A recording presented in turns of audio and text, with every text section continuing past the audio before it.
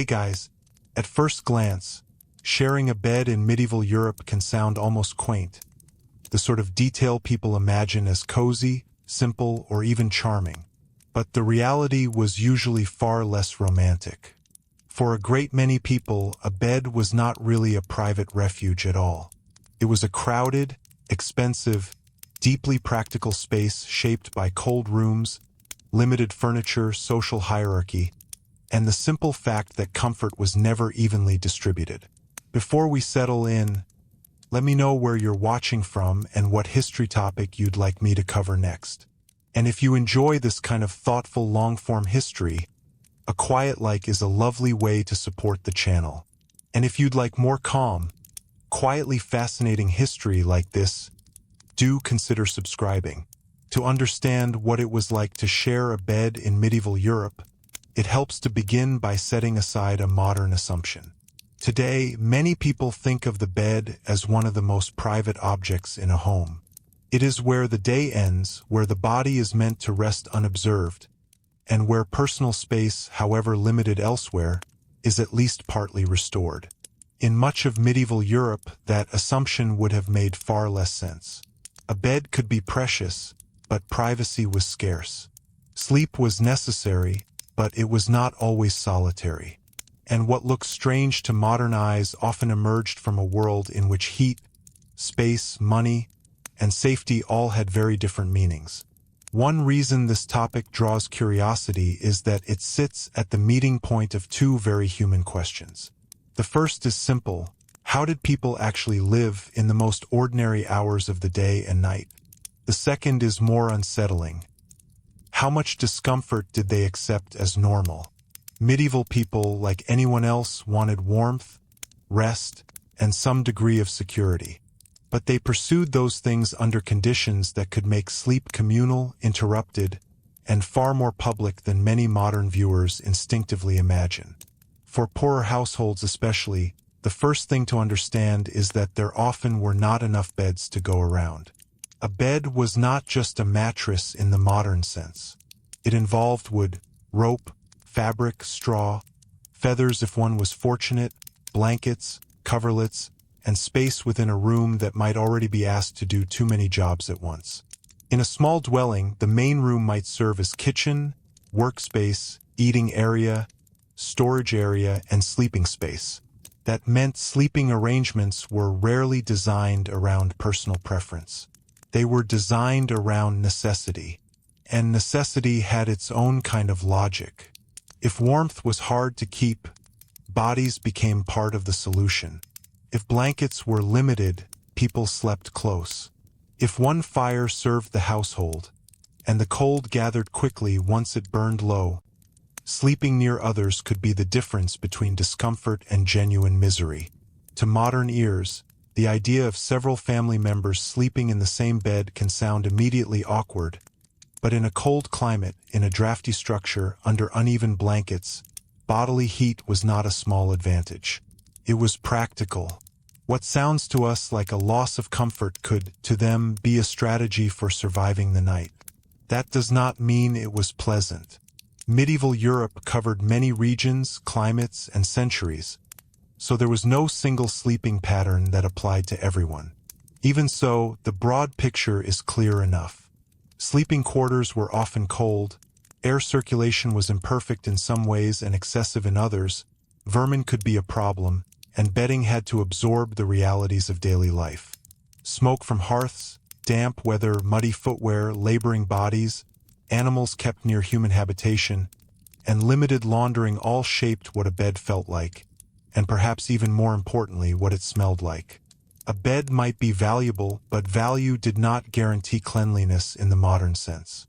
This is where another modern misunderstanding often appears. People sometimes assume that if medieval households shared beds, they must have been unusually relaxed about closeness in all respects. That is only partly true.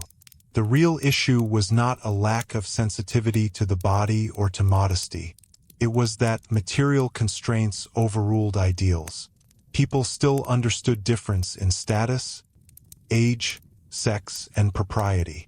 They still had expectations about who should sleep where if possible. But, if possible, did a great deal of work. The household did not reorganize itself around abstract comfort. It reorganized itself around what it could afford. In large aristocratic or noble households, the picture changes, but not in the way modern viewers might expect. Wealthier people certainly had better beds, heavier fabrics, more elaborate bed frames, curtains, finer mattresses, and more layers of textile comfort. Yet even here, the bed was not always a purely private space. High-status beds could be symbols as much as sleeping places. In elite culture, the bedchamber was not always sealed away from observation. Lords and ladies could be attended by servants who helped prepare the bed, warm the room, manage clothing, or remain nearby. The distinction was not simply between private and public, but between different grades of controlled access. A noble bed could be magnificent, yet still not belong to a world of modern privacy. Curtains might enclose it, but curtains signaled status, insulation, and visual separation more than total solitude. And those who served an elite household often slept in arrangements shaped by rank. Servants might share beds with fellow servants. Attendants might sleep near a master or mistress for practical reasons. A chamber might contain several sleeping bodies even when one bed was clearly superior to the others. So the contrast between rich and poor was real, but it did not produce the neat modern division we might expect, where wealth automatically creates total personal space. In inns and lodging houses, the communal nature of medieval sleep became even more visible. Travel was difficult, expensive, and often uncomfortable, and a traveler could not assume a private room. Inns varied enormously, of course, and standards were inconsistent, but shared beds were common enough to be unremarkable. Strangers might sleep beside one another simply because that was the arrangement available. The priority was shelter, warmth, and a place to lie down. Privacy, once again, was negotiable. There is something revealing in that. Modern people often think of travel discomfort in terms of delay, inconvenience, or poor service. For medieval travelers, discomfort could be more fundamental.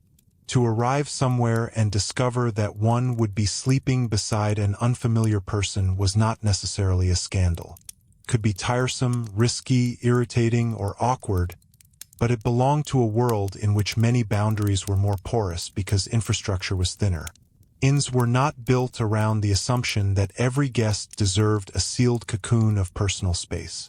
They were built to manage movement in a harsher environment, with fewer resources and looser guarantees. This also reminds us that the medieval bed was tied to trust, or sometimes the lack of it. To sleep is to become vulnerable. When you share a bed with family, that vulnerability may feel ordinary. When you share one with acquaintances, servants, or strangers, it becomes more complicated. Theft was an obvious concern. So was physical safety more generally. A night's lodging could be welcome and still produce unease. Shared sleeping was efficient, but efficiency came with exposure. You were close enough to hear another person breathing, turning, muttering in sleep, rising in the dark, or reaching for belongings. Rest was possible, but it was not always deeply secure. And even within families, sharing a bed did not mean that affection erased tension. A household was a hierarchy, sometimes a fragile one.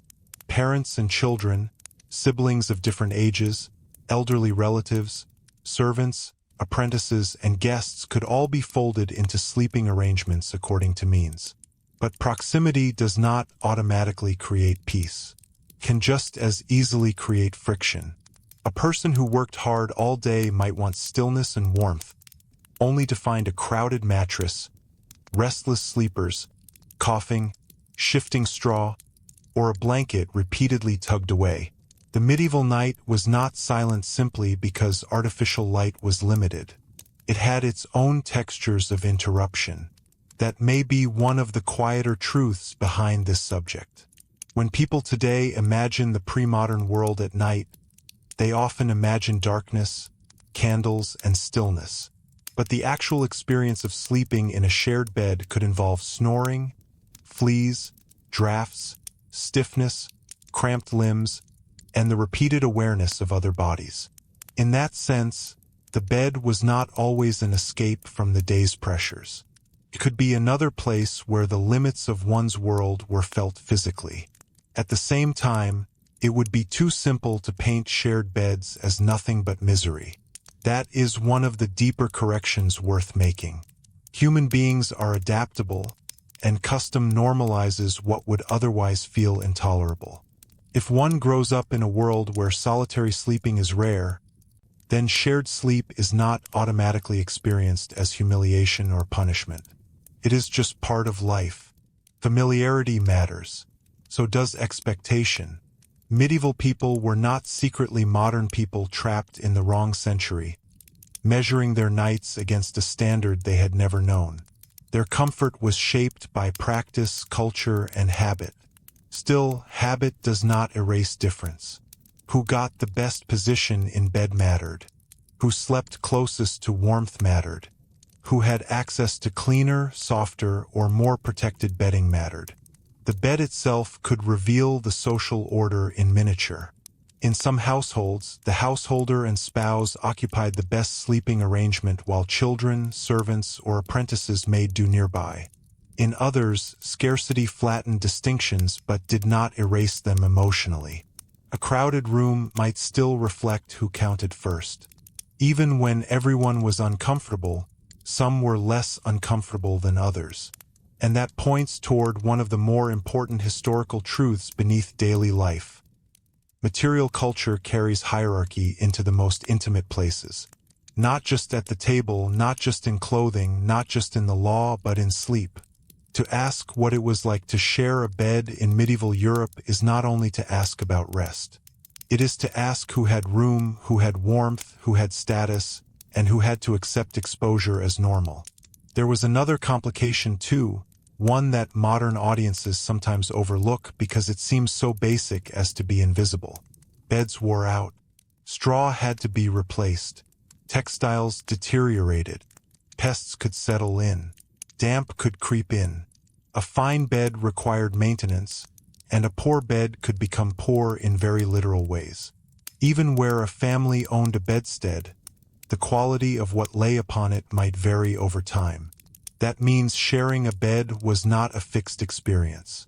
Could change with harvests, money, weather, household composition, and health. A bed after a good year was not the same as a bed after a bad one. Illness makes this even more striking. In a modern setting, sickness often prompts isolation. In much of medieval life, isolation was a luxury not easily created. A sick person might still remain close to others. Care happened at close range. So did risk. The household lived pressed together by necessity, and that meant the bed could become a place not only of rest but of nursing, fever, childbirth, recovery, grief, and ordinary exhaustion. The emotional range attached to a bed was very wide indeed. Even marriage, which modern viewers may assume made bed sharing straightforward, was shaped by realities more layered than romance. Married couples did of course share beds, but the bed was also a household object tied to property, inheritance, fertility, duty, and reputation. A good marriage bed could symbolize stability, yet the surrounding room might still be porous to household life. For elites especially, marriages had legal and dynastic weight. For common people, they were embedded in labor and survival. In either case, the bed belonged not just to private feeling but to a wider social structure.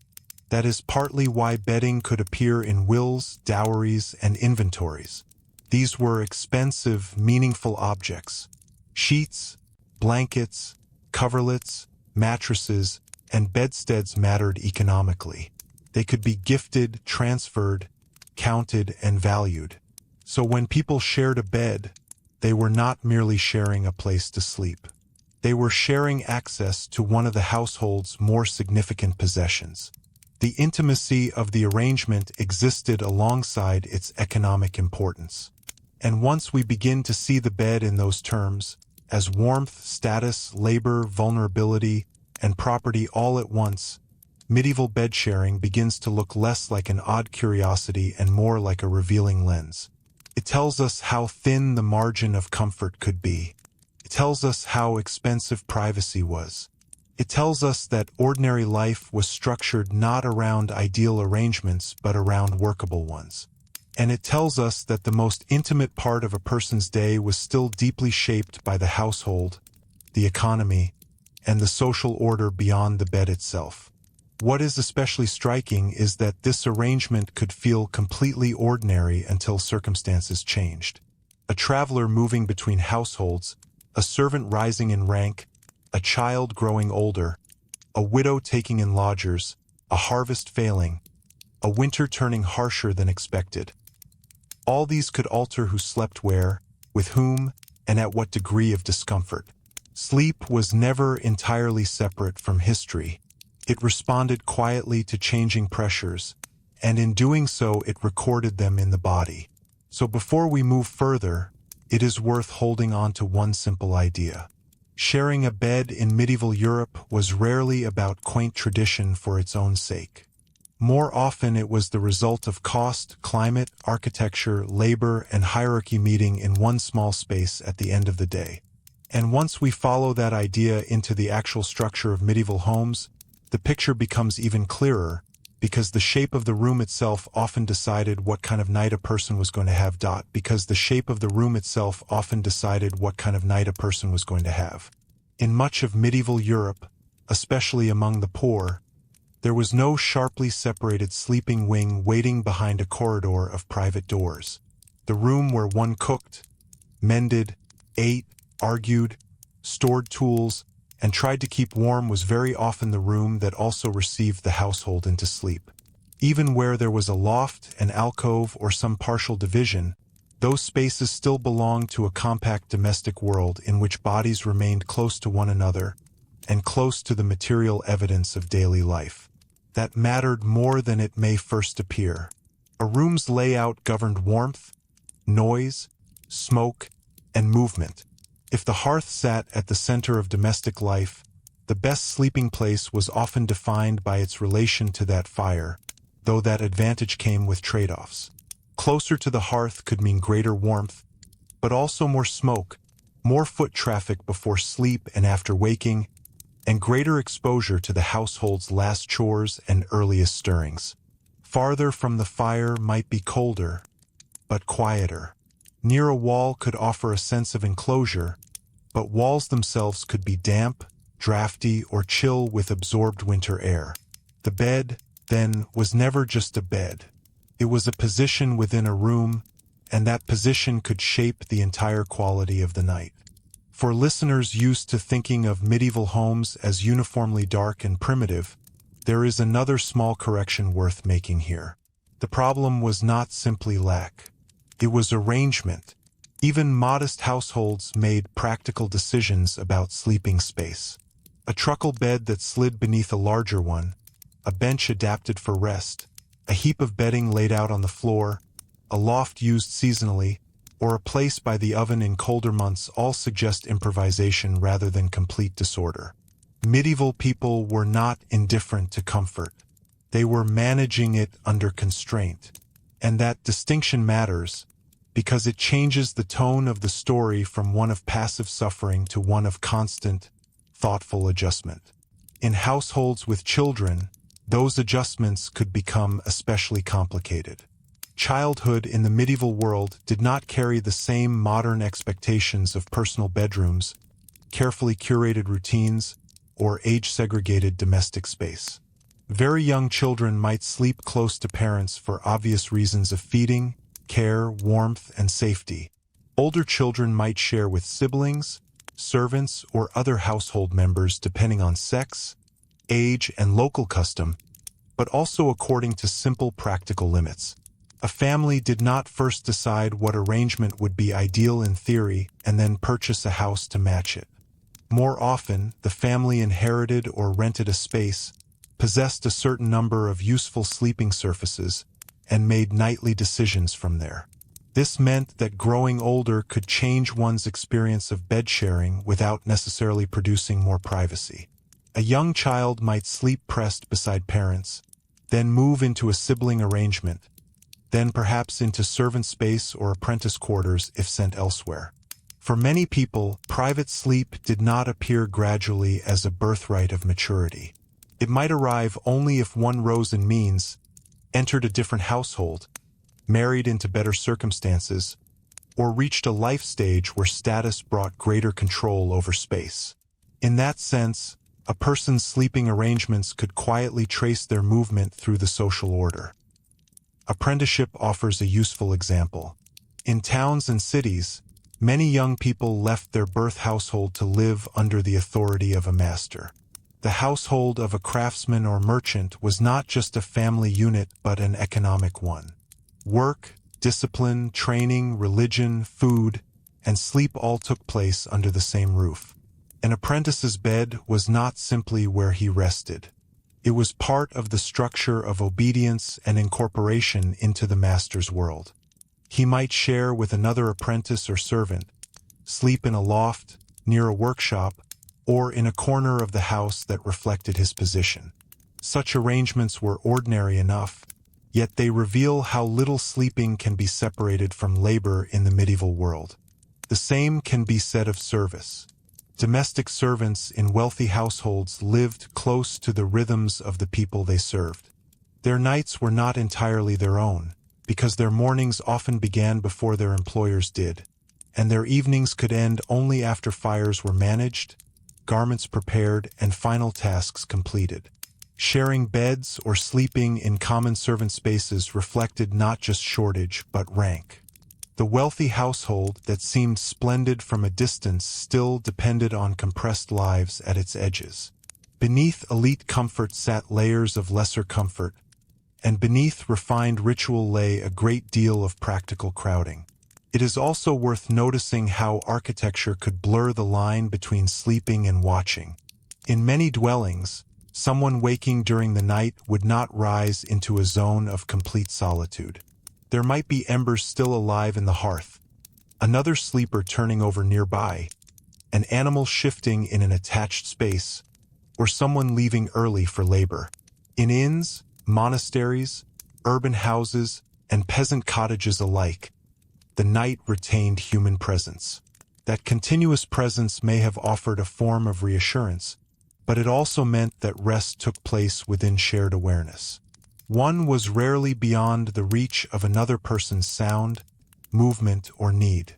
And there is a subtle emotional consequence to that kind of life. Modern privacy creates one set of habits. Habitual proximity creates another. If you spend your nights within earshot of others, perhaps even within the same bedding, you develop a different tolerance for interruption, embarrassment, and exposure. Certain boundaries remain important, of course, but they are managed communally rather than spatially enforced. A listener today may imagine such closeness as intolerable because modern domestic life trains people to expect distance. Medieval households often trained people instead to negotiate closeness without expecting distance at all. That negotiation appears in the language of bedding itself. To own sheets, blankets, coverlets, or a featherbed was not merely to own soft things. It was to own layers of control over temperature, cleanliness, and status. Linen could be washed, though not without labor. Wool held warmth. Feathers indicated greater expense and softness than straw. Curtains retained heat and signaled importance. Each item changed what bed sharing felt like. Two people sharing a well-made bed with decent coverings experienced something very different from four people sharing an uneven mattress stuffed with compressed straw under inadequate blankets. So when medieval records mention beds, bedding, or bedchambers, they are often telling us more than where someone slept. They are describing gradients of security and bodily relief. This is one reason inventories and household accounts can be so revealing. They remind us that beds were among the most valuable domestic possessions many people ever owned. A good bed did not belong to the category of casual furniture. It might represent years of accumulated effort. To inherit one mattered. To give one in marriage mattered. To lose one in hardship mattered. And because it mattered, its use was often stretched. More people might sleep in it. It might serve multiple purposes over the course of a family's life. It might be patched, restuffed, repaired, or moved. Its importance made it precious, but its preciousness also made it communal. There is a quiet irony in that. The more valuable the bed, the less likely it was to serve only one private individual in the modern sense. Its very worth drew it into family strategy. A featherbed too expensive to replace could become the shared center of household comfort. Good blankets could not be assigned casually if others were shivering. A curtained bed might shelter rank and privilege, but even then its management involved servants, family dynamics, and domestic routines beyond the solitary sleeper. In other words, the medieval bed was often too economically important to become purely personal. Season made all of this more intense. Winter naturally sharpened the logic of bed sharing. In colder months, the arrangement of bodies, coverings, and room position became a serious matter. The cold that settled after the fire burned low could feel much heavier in buildings with limited insulation, uneven shutters, or gaps in construction. Stone houses held their own kind of chill. Timber structures admitted drafts through joints and boards. Even wealthy interiors required management with tapestries, hangings, shutters, braziers, and bed curtains. Cold was not a background condition. It was an active force, and people arranged their sleeping life in response to it. That makes certain customs easier to understand. Bed warming pans, for instance, appear odd or even faintly comic to modern eyes, but they reveal an obvious problem. A bed in winter could be deeply unpleasant at the moment one entered it. Likewise, the desire to sleep in caps, layers, or night garments was not quaint performance. It was practical protection. Sharing a bed multiplied warmth. Curtains trapped air. Heavy textiles mattered. The night, in a very literal sense, had to be negotiated through fabric, architecture, and proximity. Summer introduced its own discomforts. Greater warmth reduced the need to crowd tightly for heat, but it could also intensify problems of smell, fleas, stale bedding, and bodily irritation. A crowded bed in hot weather was no small trial. Linen might help somewhat. Air circulation might relieve or worsen matters depending on the building. Still, the core point remains. Bed sharing was not a fixed emotional experience. In winter, it might feel protective. In summer, it might feel oppressive. The same arrangement could shift from necessity to nuisance with the turning of the year. And then there were the creatures that shared the night, whether invited or not. It would be too neat to speak of medieval beds without acknowledging vermin. Fleas, lice, and bedbugs are not glamorous subjects, but they belong to the practical truth of sleeping in the past. Straw mattresses, woolen coverings, infrequent hot laundering, animals near human dwellings, and tightly reused textiles all created conditions in which pests could persist.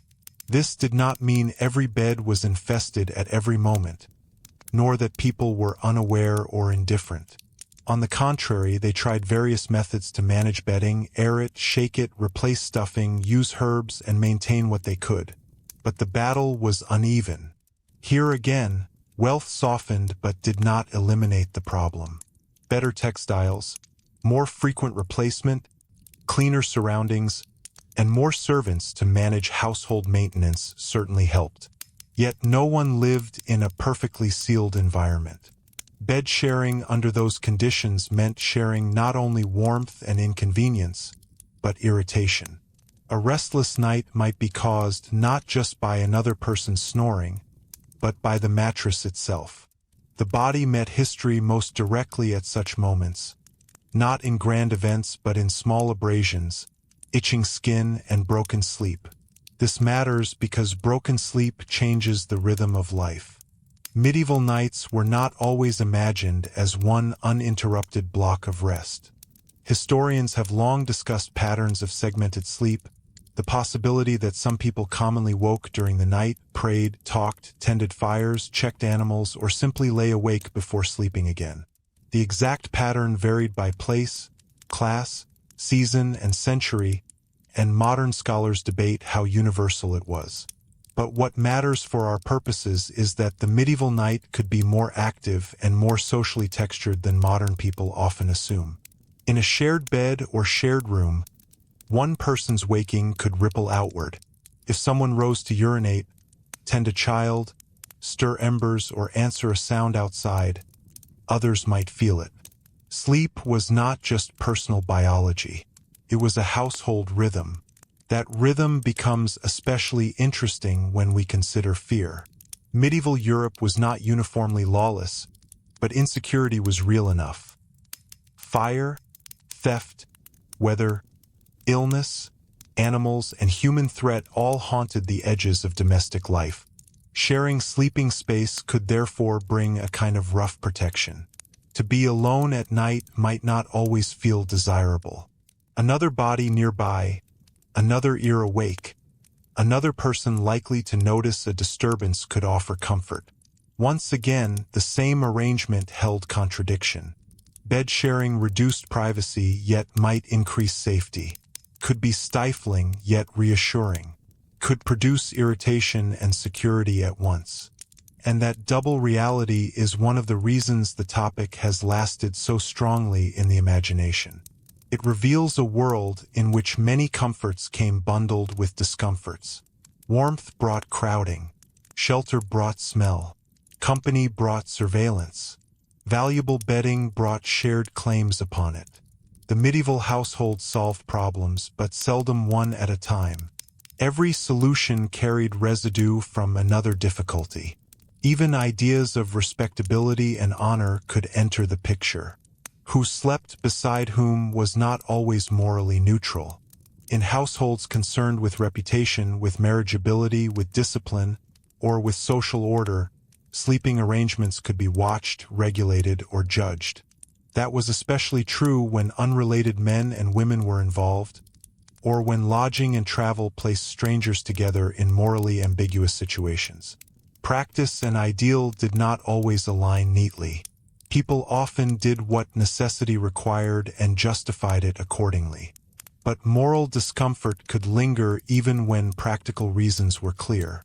This is another reminder that bed sharing was not a single custom with a single meaning. Between spouses, it might signal marriage, duty, affection, or simple routine. Between siblings, it might be ordinary family life. Between servants, it might reflect hierarchy and scarcity. Between travelers, it might signal the rough normality of the road. Between the sick and their caretakers, it might express necessity and tenderness together. The same physical act, lying beside another person through the night, could carry entirely different social meanings depending on who those people were and under what pressures they slept. Once we begin to look at it that way, the medieval bed becomes less like an odd historical anecdote and more like a map of the society around it. It reveals climate, labor, architecture, economics, family structure, morality, and rank, all compressed into a few feet of shared space. And perhaps most importantly, it reminds us that what people sought at the end of the day was not luxury in the modern sense. It was enough warmth, enough protection, enough softness, enough peace to face the next morning's demands. But even that modest goal was not distributed evenly, and nowhere does that become clearer than when we follow the bed out of the peasant cottage and the urban workshop into the more ceremonial and politically charged sleeping spaces of the upper ranks, where the bed could become not just a place of rest, but a stage on which power itself was quietly arranged in the upper layers of medieval society. Especially among nobility and royalty, the bed did not retreat from public life in the way modern viewers might expect. Instead, it often stood at the very center of it, absorbing ceremony, hierarchy, and observation into what might otherwise seem like the most private part of the day. A great bedchamber was not always designed to exclude people. It was designed to control who was present and in what order. The difference is subtle but important. Curtains, screens, and partitions could create layers of access rather than absolute isolation. The bed itself might be raised, framed, and enclosed not simply for warmth, but to signal status. To approach it, to assist in its preparation, to witness moments around it. These were not casual acts. They were structured by rank and expectation. In some courts, the rituals surrounding sleep and waking were formalized. A ruler might retire not in solitude, but in the presence of attendants whose roles were carefully defined. Certain individuals might be permitted to remain, others required to withdraw. The act of going to bed could become a kind of controlled performance, where proximity to the body of a powerful figure indicated trust, favor, or privilege. To modernize, this can feel intrusive, even uncomfortable, but within the logic of the time, it reinforced order. It made visible who belonged within the inner circle and who did not. This does not mean that elite individuals never experienced privacy, but it does mean that privacy was negotiated rather than assumed. A noble bedchamber might contain a bed of exceptional quality, thick mattresses, fine linens, embroidered coverings, heavy curtains, but it also contained relationships. Servants might enter to adjust coverings, to tend fires, to assist with clothing, or to respond to a call in the night. Trusted attendants might sleep nearby. The chamber itself might connect to other rooms, forming a suite of spaces rather than a sealed enclosure. So even at the highest levels, the bed remained part of a larger social fabric. There is a quiet tension here that reveals something deeper about medieval life. The higher one rose in status, the more elaborate the bed became, and yet the less completely private it might be. Wealth improved comfort, softened the mattress, enriched the textiles, and protected against cold, but it did not necessarily grant complete solitude. In fact, it often attracted more presence, more observation, and more structured interaction. The bed could become a place where political life brushed against physical rest. Marriage, particularly among the elite, made this even more pronounced. A marriage bed was not simply where two individuals slept. It could represent alliance, inheritance, legitimacy, and expectation. In some cases, witnesses were present to confirm that a marriage had been properly consummated, especially when property, titles, or dynastic continuity were at stake. This was not a nightly occurrence, but it reveals how far the bed could move from the modern idea of absolute intimacy. Even the most personal acts could be drawn into the orbit of social verification when the stakes were high enough. At the same time, everyday routines continued alongside these ceremonial layers. A noble couple might still share a bed for warmth, for habit, or for the ordinary rhythms of life. Yet even here, arrangements could shift. Separate beds or chambers were not unheard of, particularly in later periods or among those who could afford them. Illness, pregnancy, status, or simple preference might alter sleeping patterns. But these changes were shaped not only by comfort, but by etiquette and expectation. A household did not revolve solely around personal desire. It revolved around roles. Servants within such households offer a revealing contrast. While the master's bed might stand at the center of a carefully managed space, servants often slept in ways that resembled the broader patterns already described. Shared beds, common rooms, improvised spaces, proximity dictated by duty. A large household might contain many beds, yet still rely on shared sleeping among those lower in rank. The visual difference between a grand curtained bed and a simple pallet on the floor could be striking, but the underlying logic remained consistent. Space, warmth, and material were distributed unevenly, and the bed recorded that distribution with quiet clarity. If we follow this pattern across different settings, From rural cottages to urban workshops to aristocratic chambers, a consistent idea begins to emerge. The medieval bed was rarely an isolated object. It was embedded in a network of relationships. It connected people physically, economically, and socially. And because of that, sharing a bed was not a single experience. It was a shifting arrangement shaped by where one stood within that network. This becomes particularly clear when we consider moments of transition. A servant rising in favor might be granted a better sleeping arrangement. A household taking in additional members might compress existing spaces. A marriage might rearrange who slept where. A death might free a bed or remove a source of warmth. These changes were not abstract. They were felt at night, in the body, in the difference between crowding and space, between cold and relative comfort. Travel within elite circles adds another layer. When nobles moved between estates or visited one another, they entered spaces that were both familiar and unfamiliar. Hosting required careful management of sleeping arrangements. Guests of high status would be given the best chambers, but even these were part of a system that required coordination. Who slept near whom, who had access to which rooms, who could enter at certain times. All of this reflected and reinforced hierarchy.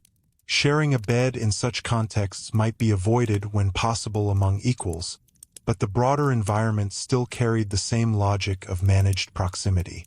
What is perhaps most striking is how little of this world aligns with the modern idea that sleep is a retreat from society.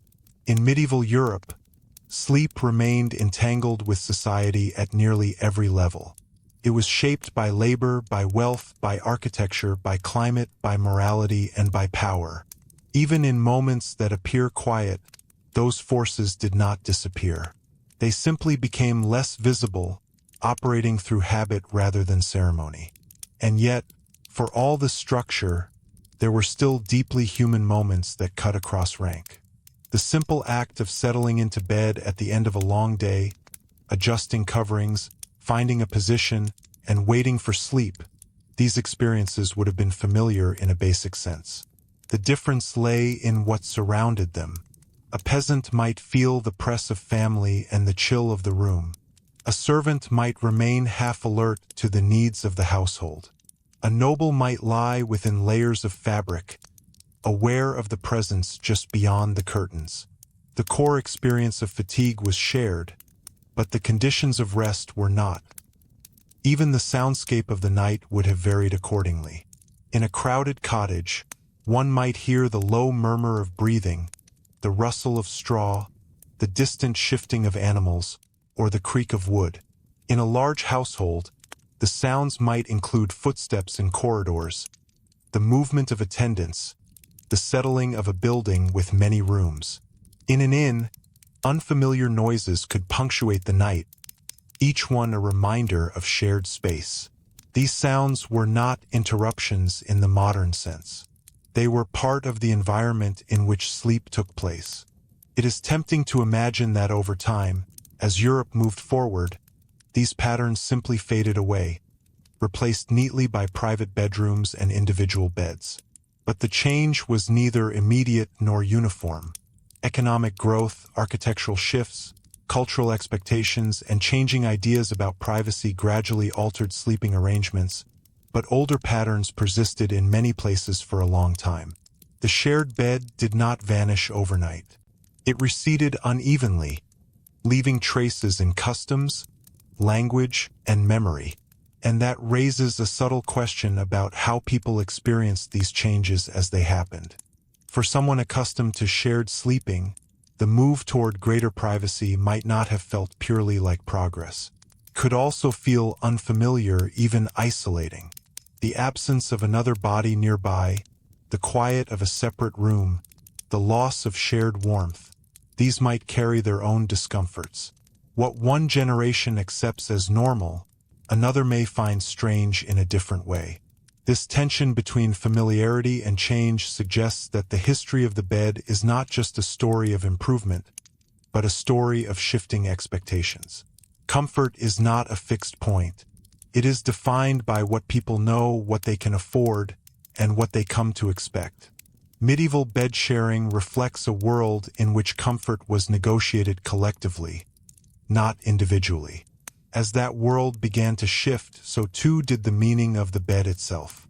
But before that shift becomes fully visible, there is still more to understand about how people managed the immediate realities of shared sleep, how they positioned themselves, how they navigated modesty and discomfort, and how the simple act of lying down beside another person carried layers of unspoken rules that shaped the night in ways we are only just beginning to uncover.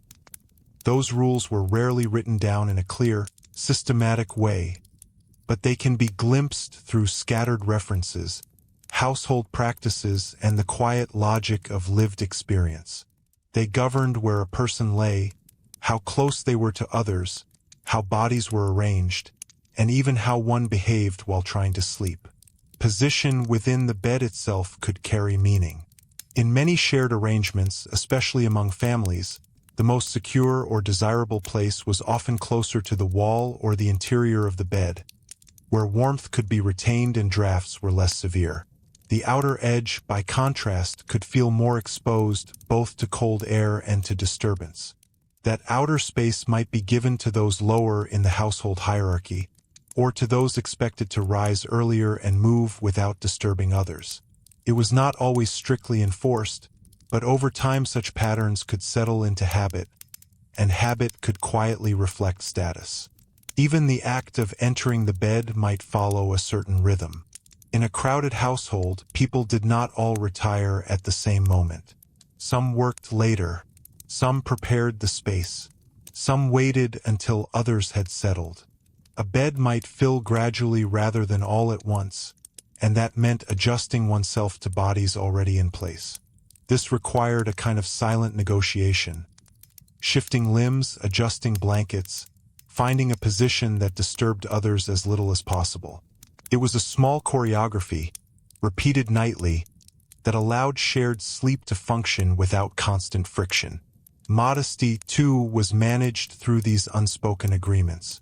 Medieval people were not unaware of the body or indifferent to its boundaries. But rather than relying on architectural separation, they relied on clothing, custom, and expectation. Night garments, shifts, caps, and layers provided a degree of coverage. Positioning within the bed could reduce direct contact. Social rules about who might share with whom and at what age helped maintain a sense of order. These measures were not perfect, and they varied widely by place and circumstance, but they formed a framework within which shared sleeping remained acceptable. It is easy to imagine that such arrangements must have led to constant discomfort or embarrassment, but familiarity tends to soften what might otherwise feel intrusive.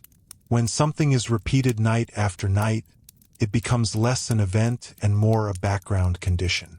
That does not mean it was always pleasant. It means it was expected, and expectation changes how the body and mind respond.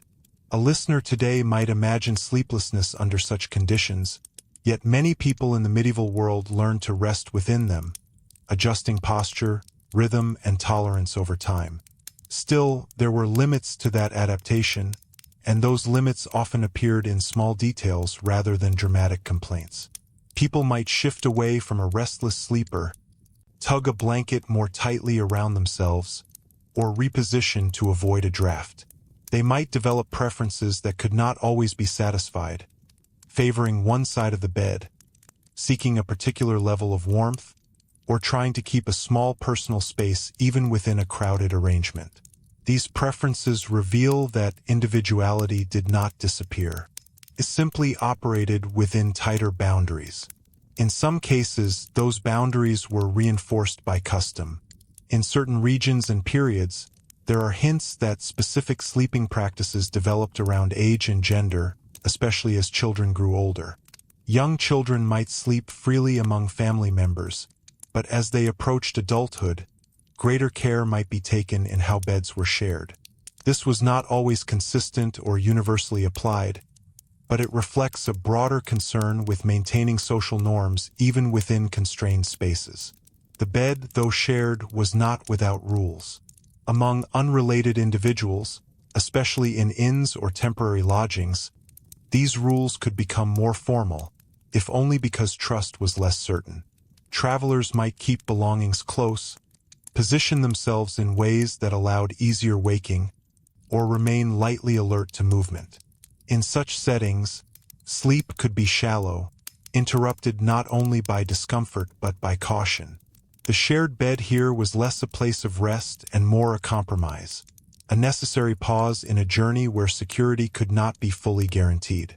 And yet, even in these less secure settings, there were moments of ordinary human connection. Shared travel could produce conversation before sleep, quiet exchanges in the dark, or a sense of temporary companionship. These moments are harder to trace in historical records, but they are part of the human texture of the past. Bed sharing was not always silent endurance. It could also be a space where stories were told, where the day was briefly reflected upon, or where the presence of another person eased the uncertainty of being far from home. Within households, especially among the poor, the bed could also become a site of care. A sick child might be kept close for warmth and monitoring. An elderly family member might share a bed for comfort and assistance. A mother might remain alert to an infant's needs throughout the night. These arrangements were not optional luxuries. They were practical responses to vulnerability. The shared bed, in these cases, carried a different emotional weight. It was not merely about saving space or conserving heat. It was about maintaining life. That sense of care did not remove the strain. A restless child, a feverish body, or the constant need to rise and tend to another could make sleep fragmented and exhausting. But again, the important point is not that medieval people were indifferent to such strain. It is that they managed it collectively, within the limits of what their environment allowed. The bed was part of that collective effort, absorbing both the comfort and the cost of caring for one another. There is also an interesting relationship between bed sharing and time itself. Without the strict schedules imposed by modern industrial life, medieval nights could unfold more flexibly. The idea of a single, uninterrupted stretch of sleep was not always the expectation. People might wake, shift, speak quietly, or even rise briefly before returning to rest. In a shared bed, this pattern could be synchronized or disrupted by others. One person's waking might encourage another's, creating a rhythm that was communal rather than strictly individual. This rhythm extended into the morning. Rising was rarely a solitary act. The first person to wake might begin to stir the others, intentionally or not. Light entering the room, the rekindling of the fire, the sounds of animals or work beginning outside, all these signaled the end of the night. A shared bed meant a shared transition into the day. There was little space for lingering in private reflection. The household moved together, or at least in close sequence, from rest to activity. And that transition highlights another subtle truth. The bed was not just where the day ended. It was where the next day began. The quality of sleep, crowded, warm, restless, or interrupted, shaped how a person met their work, their duties, and their relationships. In a world where physical labor was common and demands were constant, the difference between a relatively comfortable night and a difficult one could carry into every hour that followed. For those who had more control over their sleeping arrangements, this difference could accumulate over time. Better rest meant greater resilience. Poor rest meant fatigue that could not easily be relieved. The bed, then, becomes part of a larger story about inequality, not only in wealth or status, but in the basic experience of the body from one day to the next. At the same time, it would be too simple to imagine a steady movement from crowded beds to private ones as a straightforward improvement. As conditions began to change in certain regions through shifts in architecture, wealth distribution, and cultural expectation, the meaning of sharing a bed began to shift as well. What had once been normal could begin to feel undesirable. What had once been necessary could begin to appear avoidable. But these changes did not occur everywhere at once, and they did not erase older practices immediately. In some places, shared beds remained common well into later periods, even as new ideals of privacy emerged among the wealthier classes. This created a layered world in which different ways of sleeping coexisted. A noble household might begin to emphasize greater separation, while a rural family continued to share space much as before. The contrast between these experiences could become more visible and perhaps more socially meaningful as expectations diverged. This divergence also influenced how people thought about propriety and comfort. As private sleeping became more associated with refinement or status, shared sleeping could begin to carry different connotations. What had once been neutral or practical might be reinterpreted as a sign of poverty or lack. These shifts in perception are often gradual and uneven, but they leave traces in how people describe their own lives and the lives of others. And yet, even as these ideas evolved, the practical realities of shared sleep continued to assert themselves. A household facing a harsh winter, a sudden illness, or an unexpected increase in members might revert to arrangements that prioritized survival over ideal comfort. The bed remained, at its core, a tool for managing the body's need for rest within a world that did not always make that rest easy. So when we look closely at how people lay down beside one another, how they arranged themselves, how they negotiated space, how they balanced modesty, warmth, and necessity, we begin to see not just a detail of daily life, but a system of quiet rules shaped by centuries of adaptation. And those rules, though rarely written, carried forward through habit and example, shaping each night in ways that were understood without needing to be explained. Because by the time a household settled into darkness, much of what would happen next had already been decided, not by formal instruction, but by a long inheritance of practice that told each person, without words, exactly where they belonged when the bed finally filled. And yet, that sense of quiet certainty could be more fragile than it first appears, because those inherited patterns were constantly tested by the small disruptions of everyday life. Visitors arriving unexpectedly, a child falling ill, a servant leaving or joining the household, or even a change in the season that forced a rearrangement of space. These disruptions mattered because they revealed how carefully balanced shared sleeping arrangements really were. A household might settle into a familiar rhythm over weeks or months, each person knowing their place without needing to discuss it. But the arrival of a guest could unsettle that balance immediately. Suddenly, someone had to give up their usual spot, shift to a less comfortable position, or move to a different sleeping surface altogether. In a small home, this could ripple through the entire room, forcing adjustments that were felt not just physically, but socially. Hospitality was an important value in medieval Europe, but it was not without cost. To offer a guest a place to sleep often meant redistributing comfort among those already present. A better bed might be offered, or space might be made by compressing existing arrangements. The act of welcoming someone into the household extended all the way into the night, where generosity and inconvenience met in a very literal way. A host's reputation could be shaped by how well they managed this balance, even when resources were limited. In wealthier settings, this process might appear more orderly, but it still relied on careful coordination. Servants would prepare chambers, adjust bedding, and ensure that guests were accommodated according to their status. Yet even here, the underlying logic remained the same. Space was finite, and comfort had to be distributed. The difference lay in how much flexibility the household possessed. More rooms, more beds, and more textiles allowed for greater variation, but they did not eliminate the need to manage proximity. What becomes increasingly clear is that the bed was not a static object, but a flexible resource. It could be expanded, shared, reassigned, or repurposed as circumstances required. A single bed might serve different people on different nights, or even at different times within the same night. In some households, It was not unusual for individuals working late or rising early to occupy a bed in shifts, particularly in urban environments where space was especially constrained.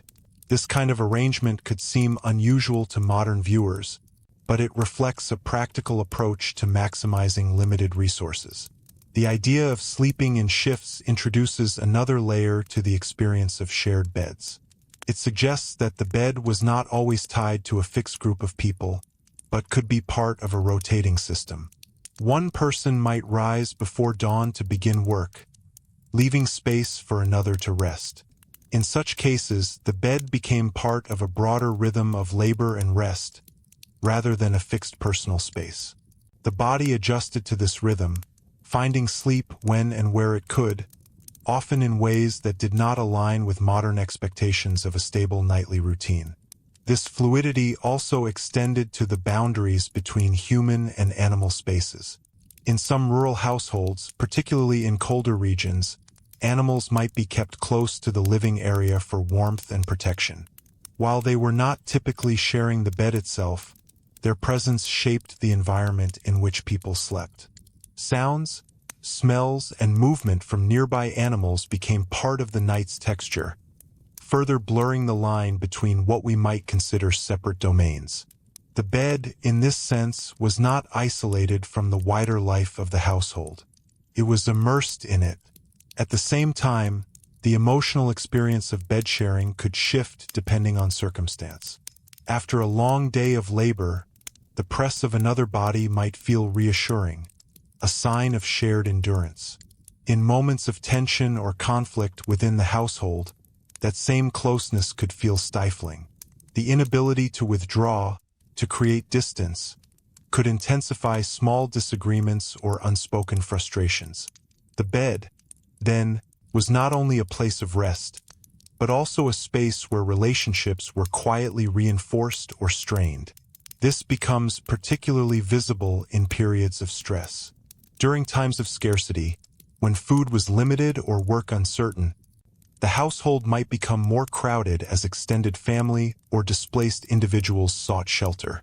Beds would be shared more tightly, sleep more fragmented, and tensions more likely to surface. Yet these same conditions could also strengthen bonds, as people relied on one another for survival. The shared bed could become a symbol of both hardship and solidarity, depending on how those pressures were experienced. There is also a subtle interplay between bed sharing and the perception of time. In a shared environment, individual rhythms had to align, at least partially, with those of others. One person's habit of rising early or sleeping late could influence the rest. Over time, households might develop a collective rhythm, shaped by work, light, and necessity. This rhythm was not imposed by a clock in the modern sense, but by the practical demands of daily life. The bed was part of that rhythm, absorbing its variations and reflecting its patterns. In some cases, this collective rhythm could create moments of quiet connection. The period just before sleep, when conversation softened and the room settled, might offer a rare pause in the day's activity. People might speak more freely in the dim light, sharing thoughts that did not surface during work. These moments are difficult to document, but they are suggested by the human tendency to seek companionship in the quiet hours. The shared bed, despite its limitations, could provide a setting for such exchanges. And yet, these moments existed alongside the more practical realities of discomfort. A restless sleeper could disturb others repeatedly. A cough or illness could spread through the room. A poorly maintained mattress could create uneven support, leading to aches that carried into the next day. The bed was not an idealized space. It was a working part of the household, subject to wear, strain, and the imperfections of its materials. Over time, these imperfections could accumulate. Straw mattresses needed to be restuffed, linens repaired, frames maintained. A neglected bed could become increasingly uncomfortable, while a well-maintained one could offer relative relief. The difference between these states might not be dramatic in a single night, but over weeks and months, it could shape how people felt about rest itself. The quality of the bed influenced not only physical comfort, but also the expectation of what sleep could provide. This expectation is perhaps one of the most interesting aspects of the topic. Medieval people did not necessarily expect perfect rest. They expected sufficient rest. The idea of a bed as a place of complete relaxation, free from interruption, is a relatively modern one. In the medieval context, sleep was often understood as something that occurred within the limits of circumstance. It was valuable but not idealized. This difference in expectation helps explain how shared sleeping arrangements could persist without constant dissatisfaction. As conditions began to change in certain regions, however, these expectations slowly shifted. Improvements in building techniques, the gradual availability of more rooms, and changes in household structure began to alter how people thought about space and privacy. The bed, once a shared necessity, started to take on a different meaning in some contexts. It became more closely associated with individual comfort, personal space, and even identity. But this transformation was uneven and incomplete. In many places, older patterns remained deeply rooted, coexisting with newer ideas. A household might adopt certain changes while retaining others, creating a hybrid environment in which different generations experience sleep differently. The older members might see shared beds as entirely normal, while younger ones, exposed to new possibilities, might begin to view them differently. This generational shift did not happen overnight, and it did not always lead to immediate change in practice. Economic limits still applied. Cultural habits persisted. But the seeds of a different understanding of the bed were being planted, gradually reshaping how people imagined the relationship between the individual and the space in which they slept. And as those ideas continued to evolve, they began to influence not only how beds were used, but how they were designed, placed, and valued, setting the stage for a quiet transformation in domestic life that would slowly redefine what it meant to have a place of one's own when the day finally came to rest. Setting the stage for a quiet transformation in domestic life that would slowly redefine what it meant to have a place of one's own when the day finally came to rest. But before that transformation fully takes hold, it is worth lingering a little longer in the older world, because the contrast only becomes meaningful when we understand just how deeply shared sleeping was woven into everyday life. One of the more revealing aspects of this older pattern is how little distinction there was between day space and night space in many homes. A bench that served as seating during the day might become part of a sleeping arrangement at night. Bedding could be rolled out, shaken, or layered onto surfaces that had been used for entirely different purposes only hours before. In such a setting, the act of preparing for sleep was not simply a personal ritual. It was a household activity. This preparation could involve multiple people. Bedding might be brought out from storage, aired if possible, and arranged according to the expected occupants. In colder seasons, efforts might be made to warm the bed, even if only slightly, before anyone lay down. Children might be settled first, older members following as tasks were completed. The room itself shifted character as the evening progressed, gradually moving from a place of activity to a place of rest. But that shift was never complete in the modern sense. The traces of the day remained present, both physically and in the arrangement of the space. This blending of functions helps explain why the bed could not easily become a purely private refuge. It was too embedded in the shared life of the household. To withdraw completely would have required a level of spatial separation that many homes simply did not possess. Even when such separation existed, it often remained tied to status rather than personal preference. A private chamber was as much a sign of rank as it was of comfort. There is also a practical aspect to this that is easy to overlook. In a world where artificial lighting was limited and costly, darkness shaped how space could be used. Once the light faded, the room became a different environment. Movement slowed, activities narrowed. The bed, or whatever served in its place, became the natural focus. Sharing that space was not just a matter of necessity. It was also a response to the limits of visibility. Being close to others made navigation easier, reduced the risk of accidents, and kept the household within a manageable area. This closeness, however, did not eliminate the need for boundaries. Instead, it shifted how those boundaries were expressed. Rather than relying on walls and doors, people relied on behavior. A certain quietness might be observed once others had settled. Movements might be minimized. Conversations, if they occurred, would likely be subdued. These small adjustments created a kind of social envelope around the shared bed, allowing individuals to maintain a degree of personal space, even in physical proximity. Over time, these behavioral patterns could become quite refined. People learned how to move without waking others, how to adjust bedding without causing disturbance, and how to respond to the presence of others in ways that preserved a sense of order. These skills were not formally taught, but they were absorbed through experience. In this way, the shared bed became a site of informal learning, where individuals developed habits that allowed communal living to function smoothly. This learning extended beyond the household. When individuals traveled or entered new environments, they carried these habits with them. A person accustomed to shared sleeping would know how to adapt to a crowded inn, how to position themselves in a way that balanced comfort and caution, and how to read the subtle cues of others sharing the space.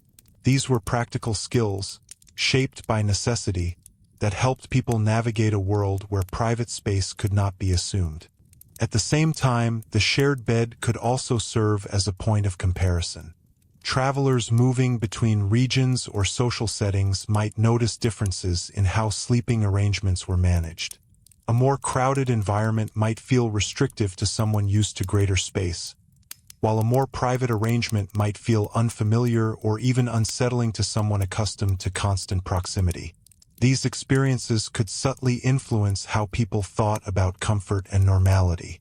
It is in these moments of comparison that we begin to see the early contours of change. As trade expanded, as towns grew, and as wealth circulated in new ways, people encountered different standards of living. These encounters did not immediately transform practices, but they introduced new possibilities. The idea that sleep could be more private, more individualized, or more controlled began to take root in certain contexts, even if it remained out of reach for many. Architecture responded slowly to these shifts. Houses began to incorporate more defined spaces, though often in incremental ways. A partition here, a loft there, a separate chamber added as resources allowed. These changes did not eliminate shared sleeping, but they created new options. A household might still share beds, but with slightly more separation between groups. Over time, these small adjustments could accumulate, gradually altering the experience of the night. The bed itself also evolved. As materials became more available and techniques improved, beds could be constructed with greater attention to comfort and durability. Frames might be more stable, mattresses more evenly filled, coverings more varied. These improvements did not transform the fundamental logic of sharing overnight, but they could soften its edges. A shared bed that was relatively comfortable might be experienced differently from one that was worn and uneven. Yet, even as these material changes took place, the social logic of bed sharing remained deeply rooted. It continued to reflect hierarchy, necessity, and habit. The presence of more beds did not automatically lead to solitary sleeping. Instead, it allowed households to distribute people differently, sometimes reinforcing existing structures rather than dismantling them. A better bed might be reserved for those of higher status, while others continued to share as before. This selective distribution of comfort highlights an important point. The evolution of sleeping arrangements was not simply a matter of technological progress. It was shaped by choices about who deserved what level of comfort, how resources should be allocated, and what kinds of living arrangements were considered appropriate. These choices were influenced by culture, economics, and power, and they ensured that change occurred unevenly. There is also a psychological dimension to consider. As the idea of personal space began to gain traction in certain circles, it brought with it new expectations. The notion that one might have a bed to oneself, a space free from interruption, or a room that could be closed off from others introduced a different way of thinking about rest. For those who experienced it, even briefly, it could alter their sense of what was possible. But expectations can be double-edged. Once a person begins to imagine a different standard of comfort, the existing one may feel less adequate. This does not mean that people immediately rejected shared sleeping, but it suggests that their relationship to it could change. What had once been accepted without question might begin to feel like a compromise, even if no alternative was readily available. This gradual shift in perception is difficult to trace directly, but it can be inferred from changes in language, in household arrangements, and in the increasing emphasis on privacy in certain contexts. The bed, once a shared necessity, was beginning to take on new symbolic weight. It was becoming not just a place to sleep, but a marker of personal space and, in some cases, personal identity. And yet, despite these emerging ideas, the practical realities of medieval life continued to assert themselves. For many people, shared beds remained the norm, shaped by the same constraints that had defined them for generations. The tension between old patterns and new possibilities created a complex landscape in which different ways of sleeping coexisted, sometimes within the same household. This coexistence could produce subtle shifts in behavior. A family might experiment with new arrangements when possible, only to return to older patterns when circumstances demanded it. A servant might experience both crowded and relatively private sleeping conditions over the course of their life, depending on their position and the household they served. These variations remind us that the history of the bed is not a straight line, but a series of overlapping experiences. And as these experiences accumulated, they began to reshape not only how people slept, but how they thought about the relationship between the body, the home, and the wider world. The bed, once a shared center of necessity, was slowly becoming a site of negotiation between collective life and emerging ideas of individuality, an evolution that would continue to unfold as medieval society itself moved toward new forms of living, carrying with it both the memory of shared nights and the promise of something quieter still. But that promise did not arrive suddenly, and for a long time it existed more as an emerging contrast than a complete replacement. To understand how gradual this change really was, it helps to look more closely at how older habits persisted even as new ideas began to take shape. In many households, the introduction of additional space did not immediately dissolve the logic of sharing. A newly added chamber might be reserved for the head of the household, or for guests of higher status, while others continued to sleep much as before. The presence of a second room did not automatically produce a separate bed for each person. Instead, it introduced a new layer of decision-making. Who moved into the quieter space? Who remained in the main room? And perhaps most importantly, what did that shift say about their place within the household? These decisions could carry emotional weight, even if they were rarely discussed openly. To be given a more private sleeping space might feel like recognition, a sign of trust or advancement. To remain in a shared arrangement might feel ordinary, or it might begin to feel like a limitation, especially if new standards of comfort were becoming visible elsewhere.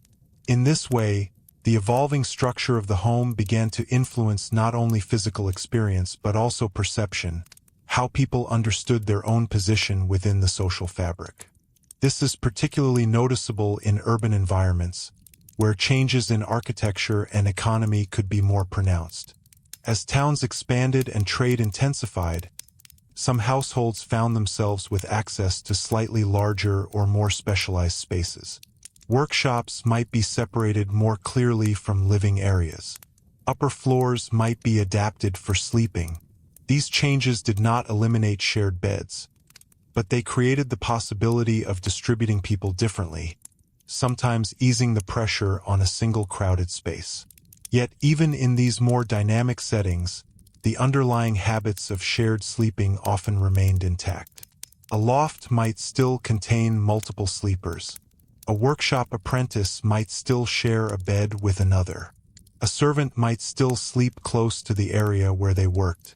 The new spaces did not erase the old logic. They simply allowed it to be expressed in slightly different forms. There is a quiet persistence here that reveals something important about daily life. Practices that are rooted in necessity tend to endure even when conditions begin to change. It takes time for new possibilities to reshape habits, and even longer for those habits to become expectations. For many people in medieval Europe, the idea of sleeping alone was not yet a universal goal. It was one option among many, and often not the most practical one. At the same time, the symbolic meaning of the bed was continuing to evolve. As private chambers became more common in certain circles, the bed began to acquire new associations.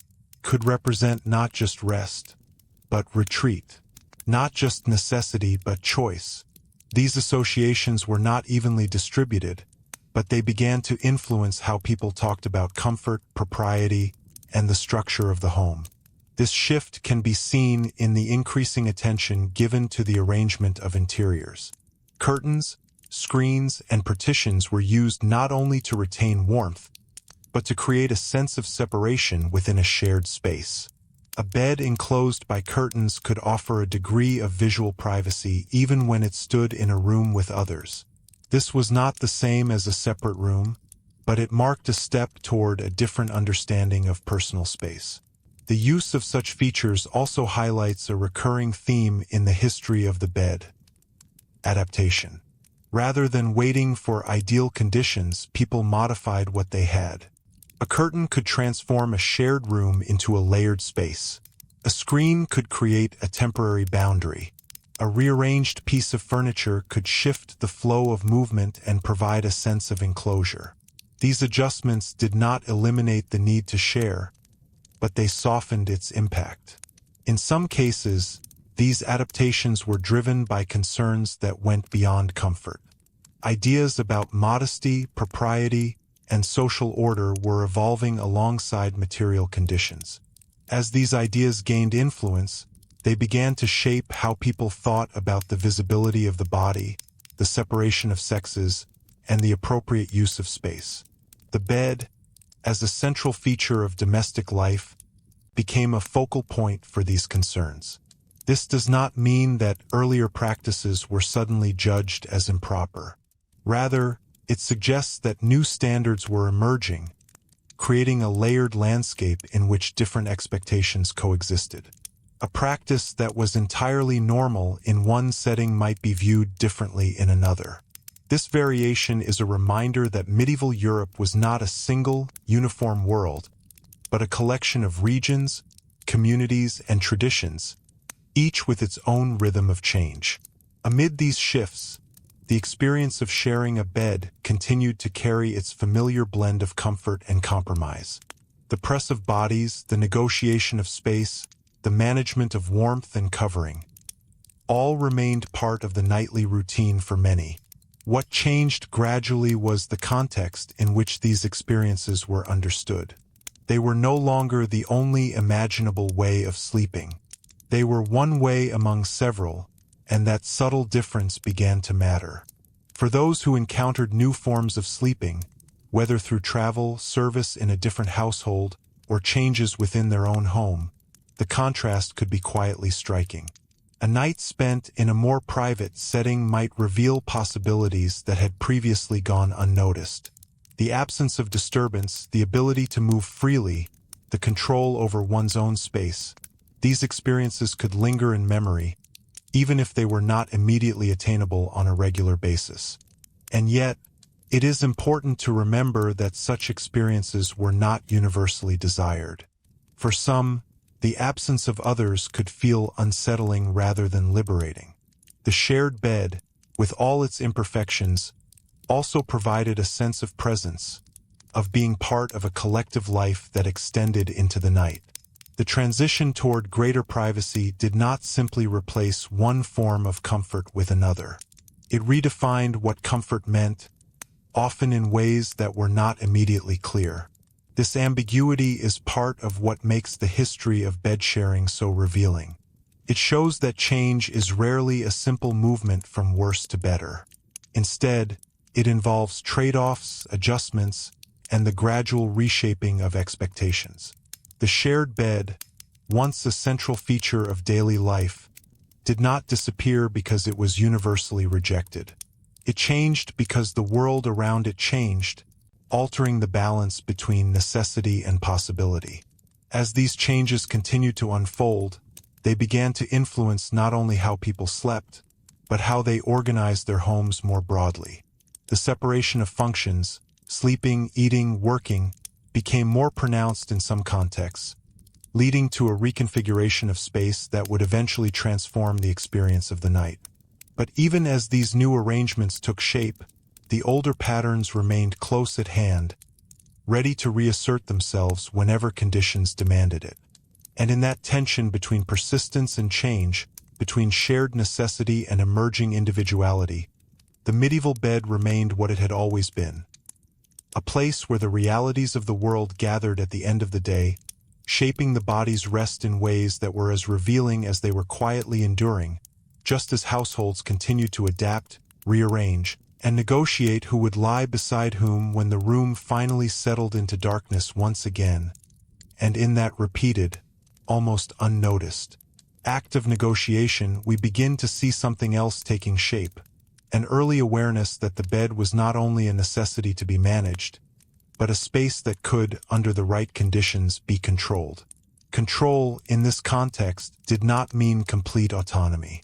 It meant small decisions that accumulated over time. A family might begin to separate younger children from older ones a little earlier than before. A servant might be given a more consistent sleeping place rather than shifting nightly. A couple might choose, when possible, to occupy a bed alone rather than share it with others. These were not dramatic changes, but they represented a subtle shift in how people approached the night. What makes this shift particularly interesting is that it often emerged quietly, without formal acknowledgement.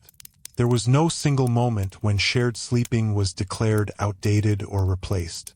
Instead, the practice began to loosen at its edges. Where once necessity had dictated every arrangement, now there were occasional alternatives. And once alternatives exist, even in limited form, they begin to influence expectation. This influence can be seen in the increasing attention paid to personal belongings associated with sleep. Items such as pillows, blankets, and night garments began to carry more individual significance. While they were still part of the household's resources, they could also be associated more closely with specific people.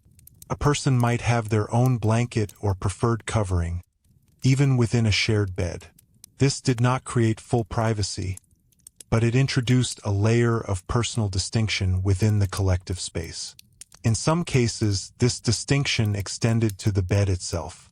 Where resources allowed, households might acquire additional beds, even if they were modest. A simple pallet, a smaller frame, or a makeshift arrangement could provide an alternative to full sharing. These additions did not always eliminate the need for shared sleeping, but they offered flexibility. A crowded night could be eased. A guest could be accommodated without displacing others as dramatically. Over time, these small adjustments began to reshape the experience of the night. Yet, even as these changes unfolded, the fundamental realities of medieval life continued to assert themselves. Work remained physically demanding. Homes remained vulnerable to weather. Resources remained unevenly distributed. In such a context, the bed could not become purely a symbol of personal comfort. It remained a tool for survival, its use governed as much by necessity as by preference. This dual nature, both practical and increasingly personal, gave the bed a kind of quiet complexity. It was a place where older habits persisted even as new ideas took root. A person might share a bed most nights, yet still carry a growing sense that another arrangement was possible. That awareness, however faint, could alter how the experience was felt. We can begin to see this in the way people responded to discomfort. Where once it might have been accepted without question, it could now be recognized as something that might, under different circumstances, be avoided.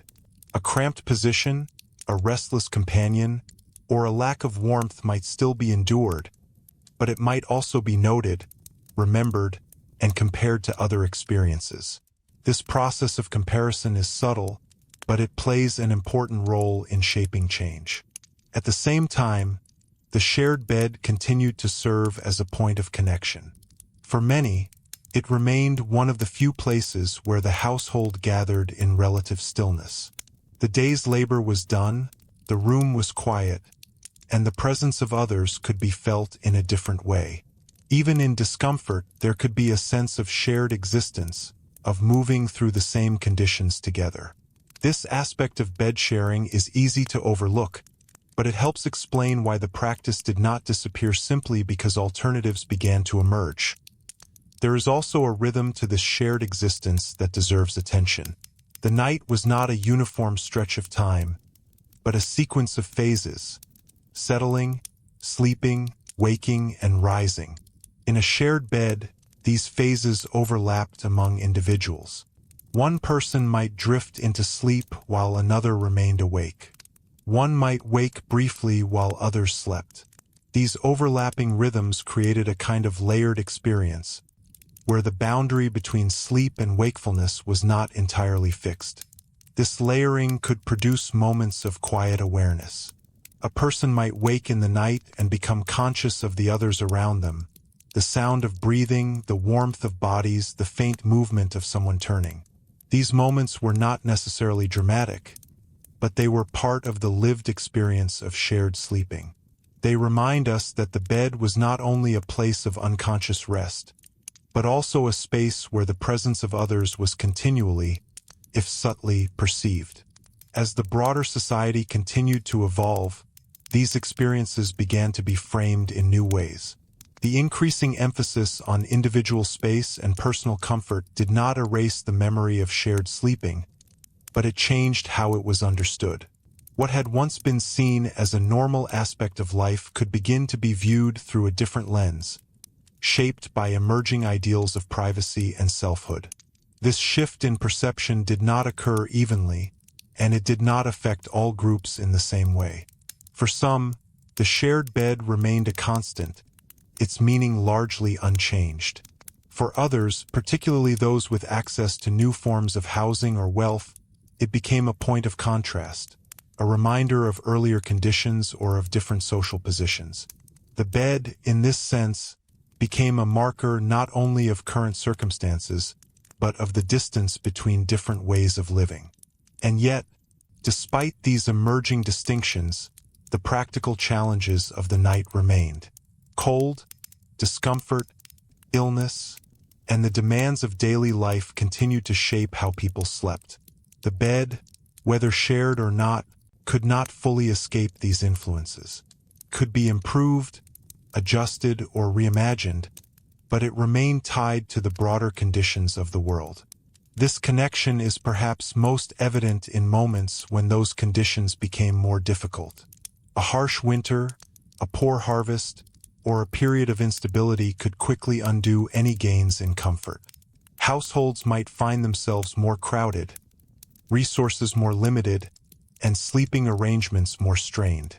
In such times, the older patterns of sharing reasserted themselves, not as a step backward, but as a practical response to immediate need. These reversals highlight an important point. The history of bed sharing is not a simple progression from communal to individual. It is a dynamic process, shaped by changing circumstances and competing priorities. The shared bed persisted because it worked even if imperfectly. It provided warmth, efficiency, and a way to manage limited space. These advantages did not disappear simply because new ideas emerged. As we move further into this evolving landscape, the bed begins to take on an even more layered role. It is no longer just a reflection of existing conditions, but also a site where those conditions are negotiated. Decisions about who sleeps where, how space is used, and what level of comfort is pursued become part of a broader conversation about the nature of the household itself. And within that conversation, the experience of sharing a bed remains a central thread, connecting past practices to emerging possibilities, and shaping how individuals understood both their place in the home and their relationship to the quiet, shifting world of the night. Just as new forms of domestic life continued to gather around the bed, slowly redefining what it meant to rest, to share, and to be alone. And as those meanings began to shift, another layer of the story becomes visible. How people not only adapted to their sleeping arrangements, but also began to interpret them, quietly attaching ideas about order, dignity, and even identity to the way a night was spent. In earlier generations, the act of sharing a bed had been so thoroughly embedded in daily life that it required little explanation. It was simply how things were done. But as alternatives slowly appeared, even in limited form, bed sharing could begin to invite reflection. Not necessarily open debate, but a subtle awareness that the arrangement itself carried meaning. Who one slept beside, how often, and under what conditions could begin to signal something about one's place in the household, or even one's aspirations within it. This did not happen in a uniform or self-conscious way. It unfolded gradually, often beneath the surface of everyday routines. A household that once accepted a crowded arrangement without question might begin to rearrange it slightly, not because of a formal rule, but because of a growing sense that a different configuration was preferable. A parent might choose to separate children earlier than before. A servant might be granted a more stable place rather than moving from one space to another. These small decisions, repeated over time, began to reshape the experience of the night. At the same time, the shared bed continued to act as a kind of mirror, reflecting the pressures and priorities of the household. In times of relative stability, there might be more room for adjustment, more opportunity to refine sleeping arrangements. In times of strain, those refinements could quickly give way to older patterns. A sudden need for space caused by illness, by the arrival of relatives, or by economic difficulty, could compress the household once again, reminding everyone that the underlying constraints had not disappeared. This back-and-forth movement between expansion and compression is one of the quieter rhythms of medieval domestic life. It suggests that comfort was never a fixed achievement, but a condition that had to be maintained, negotiated, and sometimes relinquished. The bed, as the focal point of rest, absorbed these changes in a particularly direct way. It could become more spacious, more ordered, and then, under different circumstances, more crowded again. There is also a subtle shift in how the body itself was understood within this evolving context. As the idea of personal space began to take on greater importance in certain circles, the body could be imagined differently, not only as something that required rest, but as something that might be entitled to a certain degree of separation. This was not a universal transformation, and it did not immediately alter practice for most people. But it introduced a new dimension to how sleep was experienced and valued.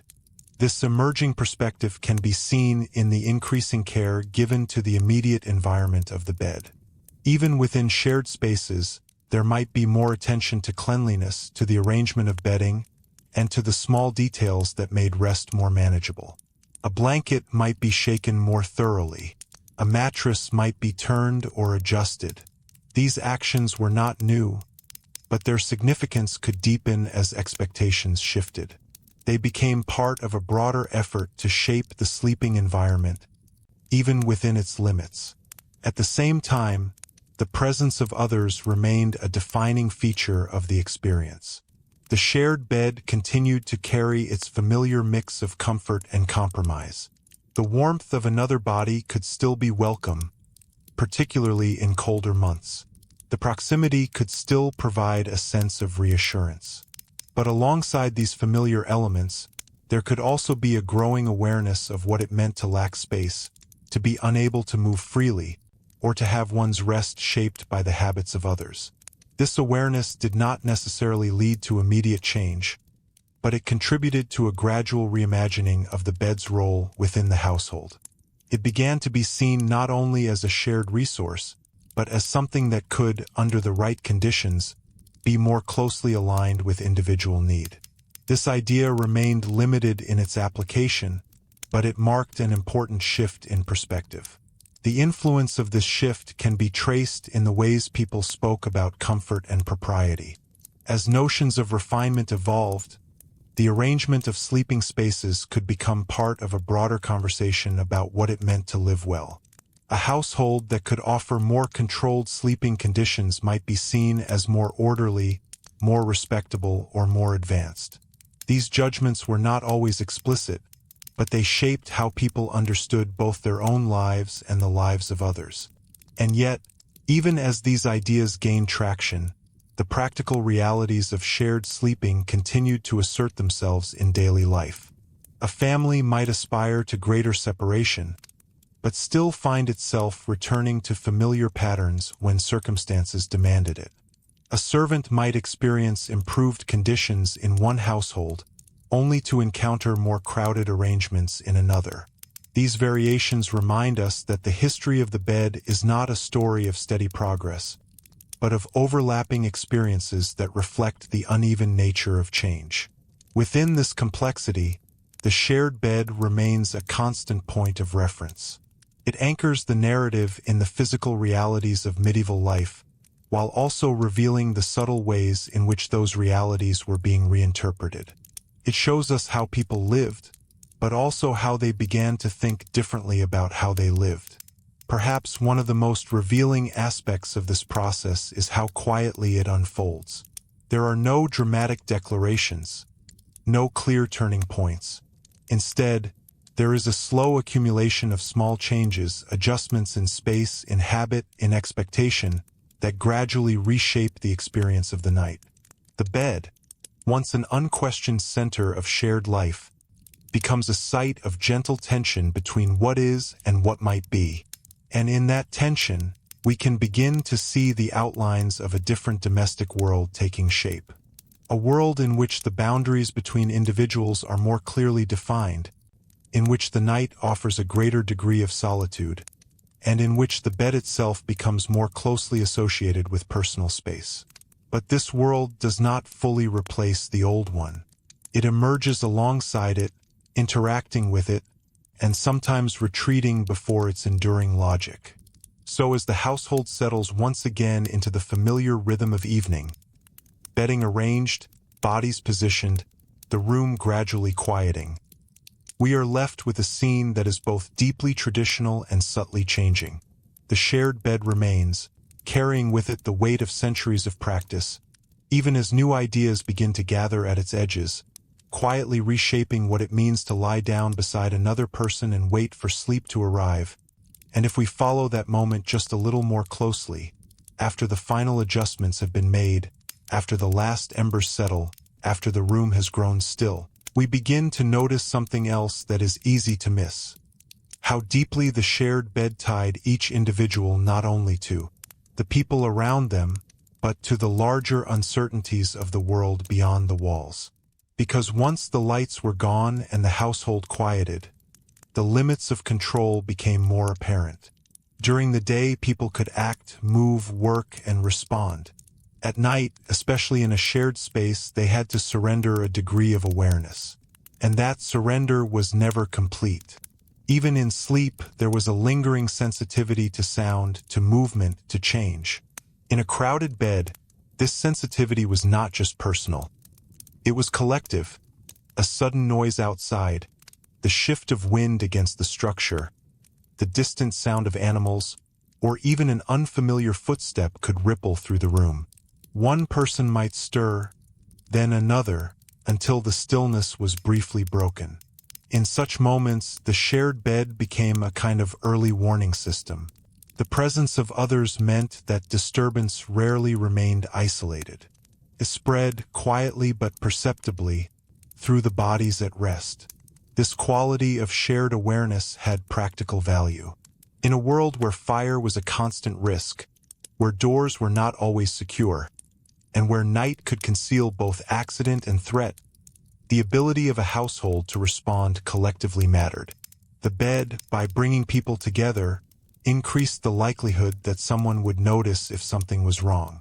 It was not a perfect safeguard, but it was part of a broader system of vigilance that extended into the night. At the same time, this constant potential for interruption shaped the nature of sleep itself. Rest was rarely absolute. It existed alongside the possibility of waking, of needing to respond, of being drawn back into the concerns of the day. In a shared bed, this meant that sleep could be light, adaptive, and responsive to others. A parent might wake at the slightest movement of a child. A servant might remain attuned to the needs of the household. Even among equals, the presence of others created a subtle layer of alertness that never fully disappeared. This does not mean that medieval people were perpetually restless. Over time, the body adapts to its environment. Habits form, and the mind learns what to ignore and what to attend to. But the structure of shared sleeping ensured that rest was always embedded within a social context. It was not simply a biological process, but a negotiated state influenced by the needs and movements of others. And yet, within this shared awareness, there were moments of deeper stillness, periods when the room settled completely, when breathing synchronized, when the accumulated fatigue of the day overcame the minor discomforts of the bed. In these moments, the shared arrangement could produce a kind of quiet unity, a sense that the household had, at least temporarily, reached a point of rest together. It is a small, almost intangible experience, but it forms part of the emotional texture of the past.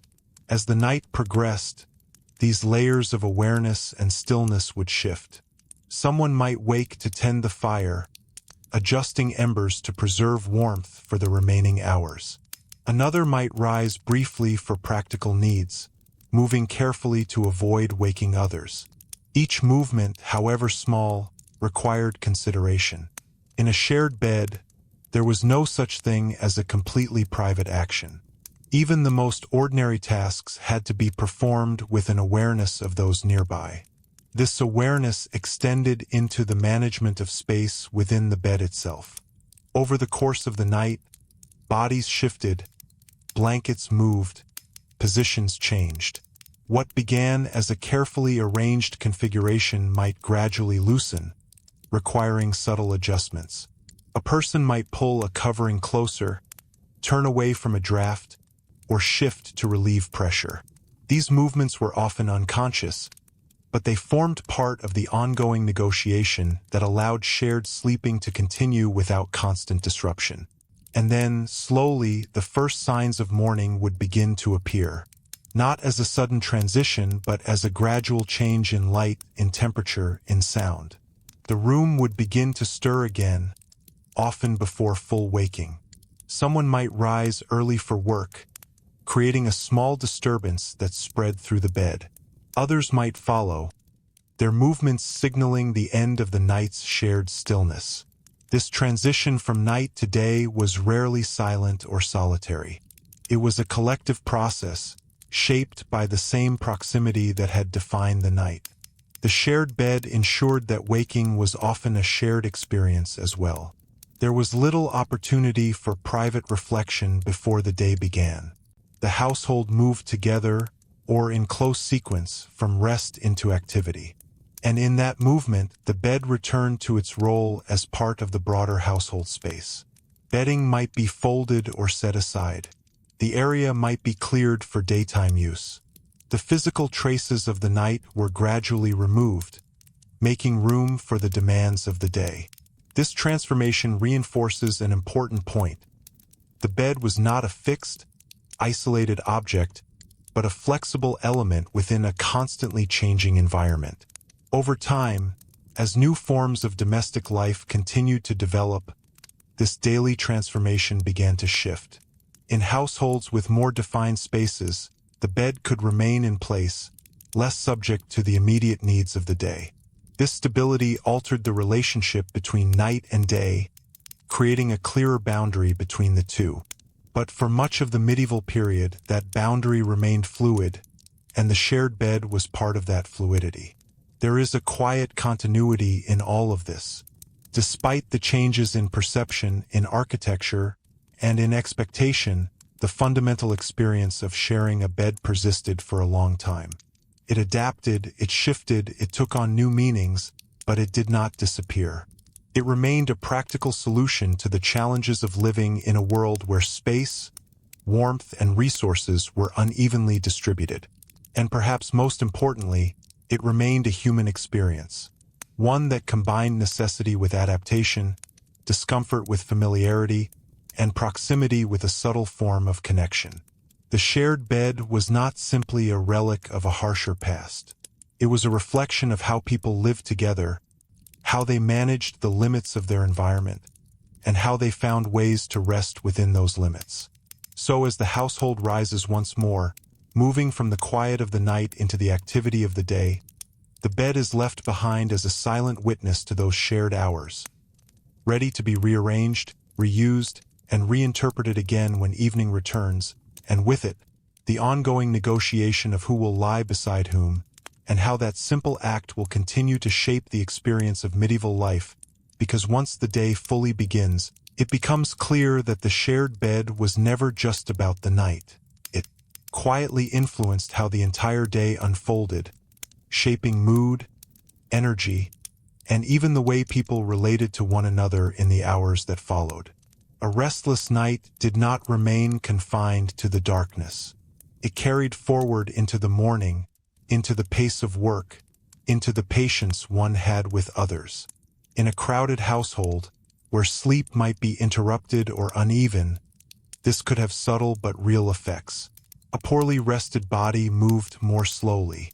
A tired mind could be less tolerant, less focused. These small shifts, repeated across days and weeks, formed part of the lived texture of medieval life, even if they were rarely recorded directly. And because sleep was shared, its consequences were often shared as well.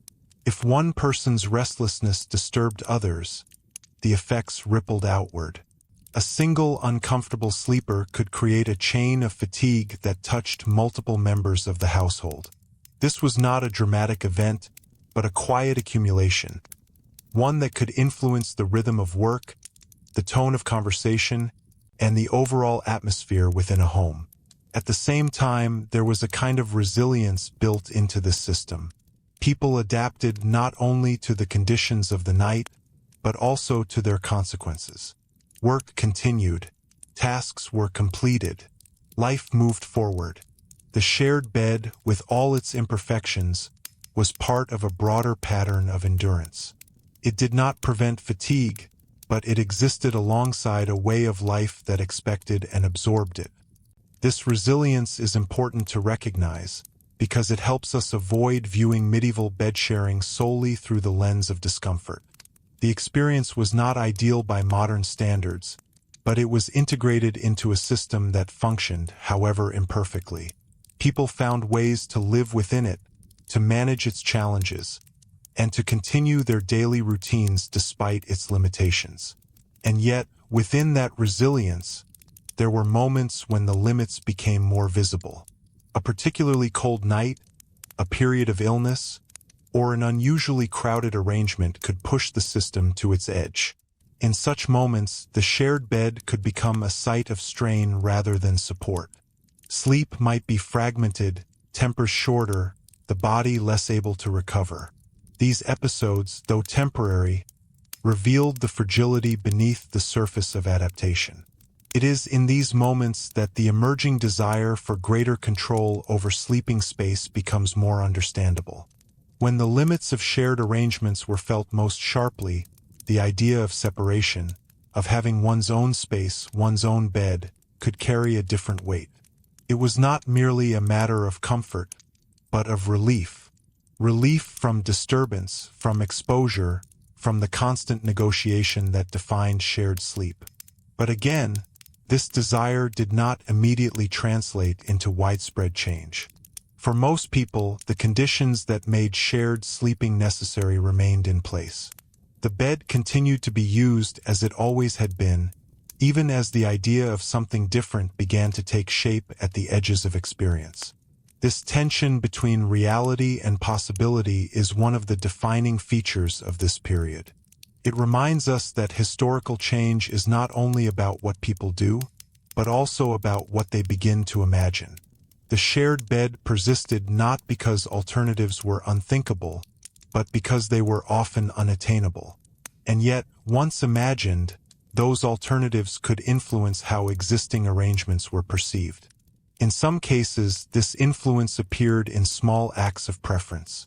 A person might seek a particular position in the bed, favoring a spot that offered slightly more comfort or less disturbance. They might arrange their coverings more carefully, or adjust their posture to create a sense of personal space within the shared arrangement. These actions were modest, but they reflect an awareness of the bed as something that could be shaped, even within its constraints. Over time, such preferences could become more pronounced, especially in households where conditions allowed for some degree of choice. A family with access to multiple sleeping surfaces might begin to distribute themselves differently, reducing the degree of sharing where possible. A servant who gained favor might be granted a more consistent place, or even a separate arrangement. These changes were incremental, but they contributed to a gradual redefinition of what was considered normal. At the same time, the shared bed continued to play a role in reinforcing social bonds. The proximity it created was not only a source of discomfort, but also a form of connection. To share a bed was to share a portion of one's vulnerability, to sleep in the presence of others, to trust that they would respect the boundaries of the night, and to accept that one's own rest was intertwined with theirs. This shared vulnerability could foster a sense of mutual reliance. In a world where many aspects of life were uncertain, the presence of others during the night could offer a quiet form of reassurance. Even if sleep was imperfect, it was not solitary. The bed, in this sense, functioned as a small community, reflecting the larger structure of the household. And yet, as the day progressed and the household moved through its routines, the memory of the night's arrangements could linger in subtle ways. Who had slept well, who had been disturbed, who had been forced to adjust. These experiences could shape interactions, even if they were not openly discussed. The shared bed, though left behind in the physical sense, continued to influence the social dynamics of the day. This influence becomes particularly interesting when we consider how it intersected with broader changes in society. As new forms of work, new patterns of settlement, and new ideas about domestic life began to emerge, the role of the bed within the household also began to shift. It was no longer simply a fixed point within an unchanging system. It was part of a landscape in motion, influenced by forces that extended beyond the walls of the home. In this evolving context, the shared bed began to take on a dual character. It remained a practical solution to immediate needs, but it also became a reference point against which new arrangements were measured. The experience of sharing could be compared to the experience of separation, even if that separation was rare or temporary. These comparisons, though subtle, contributed to a gradual shift in how people understood the relationship between the individual and the household. And as this understanding continued to develop, it began to influence not only how people slept, but how they organized their living spaces more broadly. The desire for greater control over the night could extend into the day, shaping decisions about how rooms were used, how furniture was arranged, and how the boundaries between different parts of the home were defined. But even as these changes gathered momentum, the shared bed remained deeply rooted in everyday life. It continued to be used, adapted, and negotiated, its presence a reminder of the conditions that had shaped it for centuries.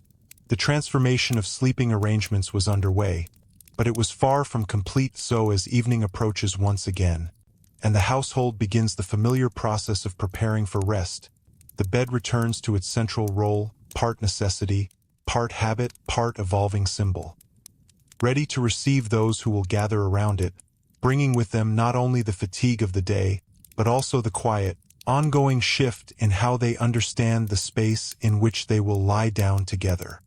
And as they gather once more, one by one, in the dimming light, we begin to notice how deeply routine shapes the experience, how each person's movements seem almost rehearsed, even when nothing is spoken.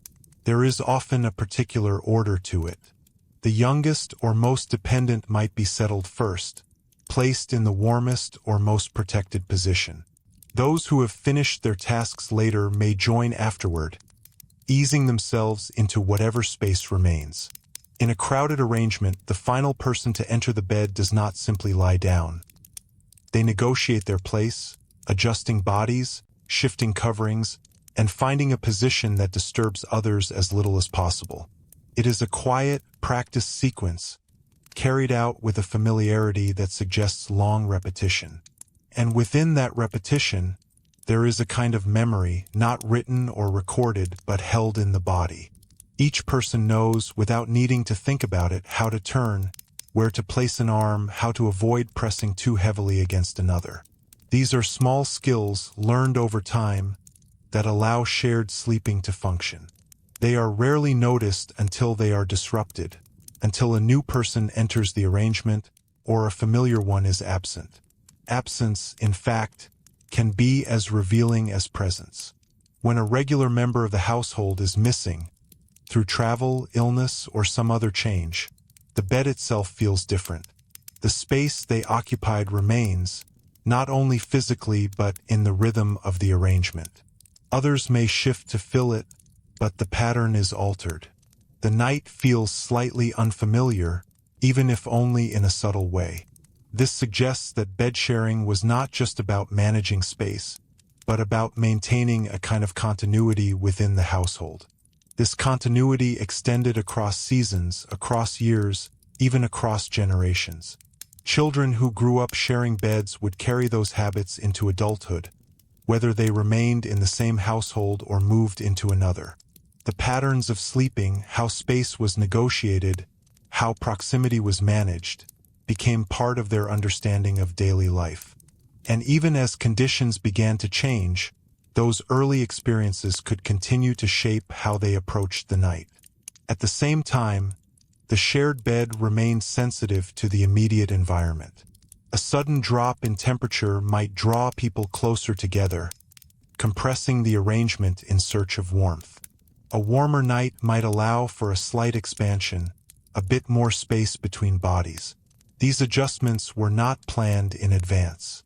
They emerged naturally, in response to conditions that could shift from one night to the next. This responsiveness is part of what made the shared bed such a practical solution. It could adapt quickly without the need for structural change. A household did not need additional furniture or space to alter its sleeping arrangement. It needed only to adjust how existing resources were used. In this way, the bed functioned as a flexible system, capable of responding to both predictable and unexpected changes. But flexibility also meant that the experience of the bed could vary widely, even within the same household. One night might be relatively comfortable, another more strained. A person might sleep deeply one evening and restlessly the next, depending on who shared the space, how the coverings were arranged, or how the room itself responded to the weather. This variability is an important part of the story, because it reminds us that medieval sleep was not a uniform experience. It was shaped by a constantly shifting set of conditions. And within that shifting experience, there were moments when the limits of sharing became especially apparent. A restless sleeper might turn repeatedly, disturbing those beside them. A child might wake and cry, drawing others out of their rest. A sudden chill might force everyone to adjust at once, pulling coverings closer and shifting positions. These moments were not exceptional, they were part of the normal range of nightly experience, but they highlight the constant negotiation that defined shared sleep. At the same time, these disruptions were often absorbed without formal complaint. The shared nature of the bed meant that inconvenience was expected, even if it was not welcomed. People adjusted, repositioned, and returned to sleep as best they could. Over time, this ability to absorb disturbance became part of the broader resilience of the household. And yet, it is precisely in these moments of disruption that we can glimpse the beginnings of change. Each disturbance, each discomfort, each interrupted night could contribute to a growing awareness that sleep might be otherwise. That awareness did not always lead to immediate action, but it accumulated, shaping how people thought about rest and the conditions that made it possible. This accumulation of experience becomes particularly meaningful when combined with the gradual changes in domestic space. As new rooms were added, as partitions became more common, as households experimented with different arrangements, the shared bed was no longer the only available model. It remained central, but it was no longer unchallenged. In some households, this led to a partial separation of sleeping spaces. A couple might occupy one bed, while children or servants used another. In others, individuals might begin to sleep separately when circumstances allowed, even if they returned to shared arrangements when necessary. These changes were often small, but they introduced a new dimension to the experience of the night, a sense that the bed could be arranged differently, that its use was not entirely fixed. This sense of possibility, however limited, began to influence how people approached the evening. The act of preparing for sleep could now involve choice, even if that choice was constrained. A person might decide where to lie, how to arrange their coverings, or whether to join a shared bed or use an alternative space. These decisions were modest, but they represented a shift toward greater agency within the existing system. At the same time, the shared bed continued to anchor the household in a collective rhythm. Even as some individuals gained access to more private arrangements, the broader pattern of shared sleeping remained. The room still filled, the bodies still gathered, the night still unfolded within a space shaped by proximity and necessity. And so, as the evening deepens and the household settles once again into its familiar pattern, the bed stands at the intersection of continuity and change. It holds within it the weight of long-established practice, while also absorbing the subtle shifts that are beginning to reshape the experience of rest. Because even as some begin to imagine a different kind of night, one defined by greater space, greater control, and perhaps greater quiet, the shared bed continues to assert its presence, reminding everyone that for now, at least, the realities of medieval life still gather closely together, night after night, in the same small, carefully negotiated space. Night after night, in the same small, carefully negotiated space. And if we stay with that space just a little longer, watching how it fills, how it settles, how it adjusts, we begin to see that the shared bed was not only shaped by the household, but also quietly shaped the household in return. Because when people live in such close proximity, night after night, they learn more about one another than they might ever speak aloud. Habits reveal themselves in the dark. Who turns often, who sleeps heavily, who wakes at the slightest noise, who pulls the blanket too tightly, who leaves space without realizing it. These details accumulate. They become part of an unspoken knowledge that influences how people interact during the day. A parent might anticipate a child's restlessness before it begins. A sibling might shift position early, knowing another will soon move. A servant might rise before being called, already attuned to the rhythm of the household. This kind of awareness is not formal, but it is precise. It grows out of repeated, shared experience, and it reinforces the interconnectedness of the people involved.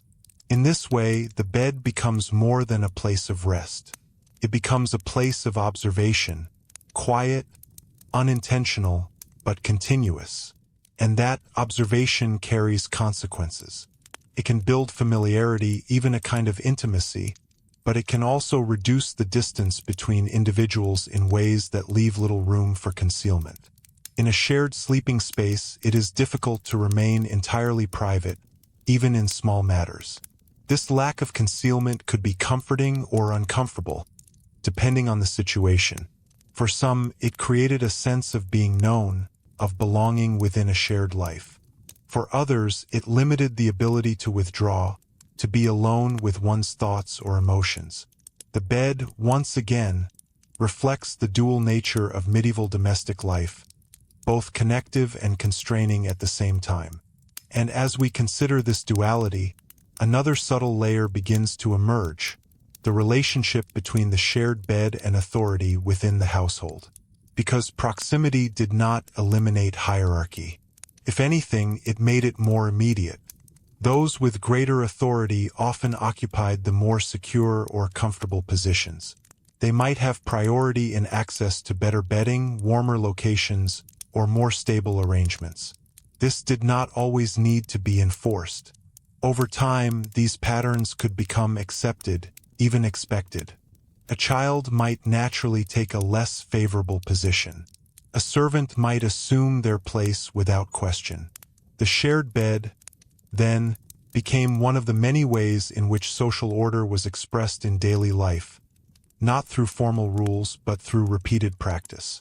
At the same time, the bed could also blur certain distinctions, at least temporarily.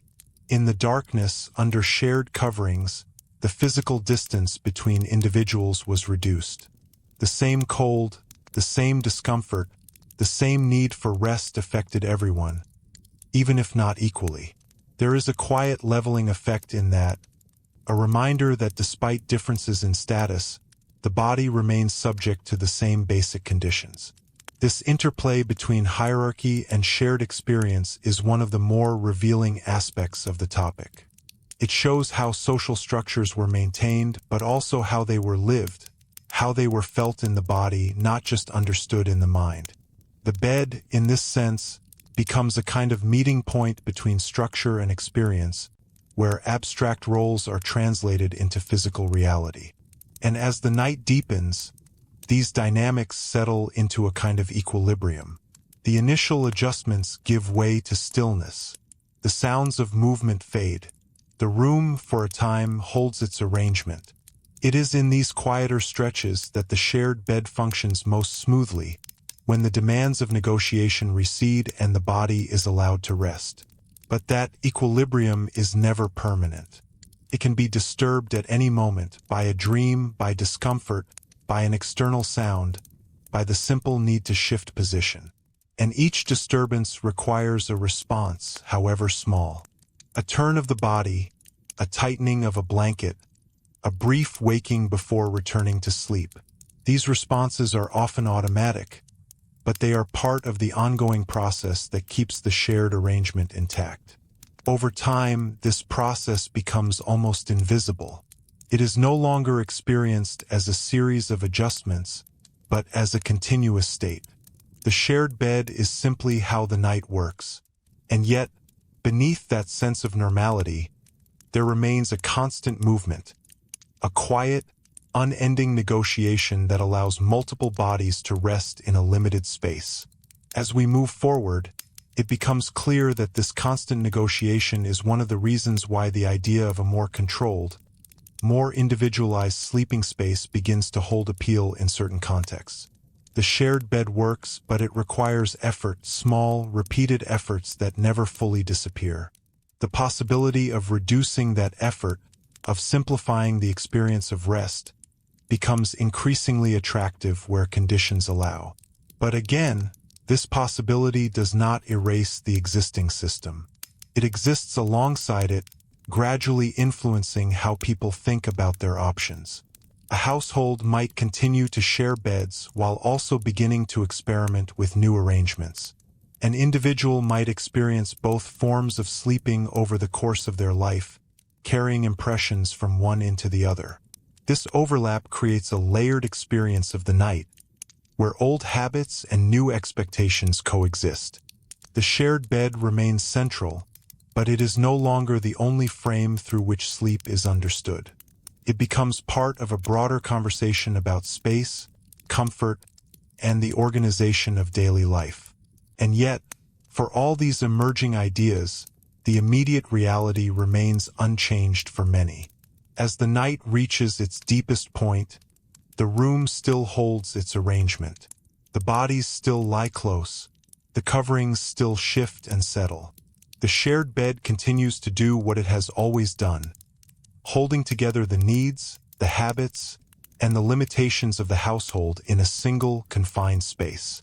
So as the hours pass and the first faint signs of another morning begin to gather at the edges of the room, the shared bed remains both familiar and quietly evolving, still shaped by necessity, still defined by proximity, but now also carrying within it the early outlines of a different kind of rest, one that will slowly, almost imperceptibly, begin to change what people expect from the simple act of lying down at the end of the day. And once expectations begin to change, even slightly, they tend to reshape attention. People start noticing things they might once have ignored.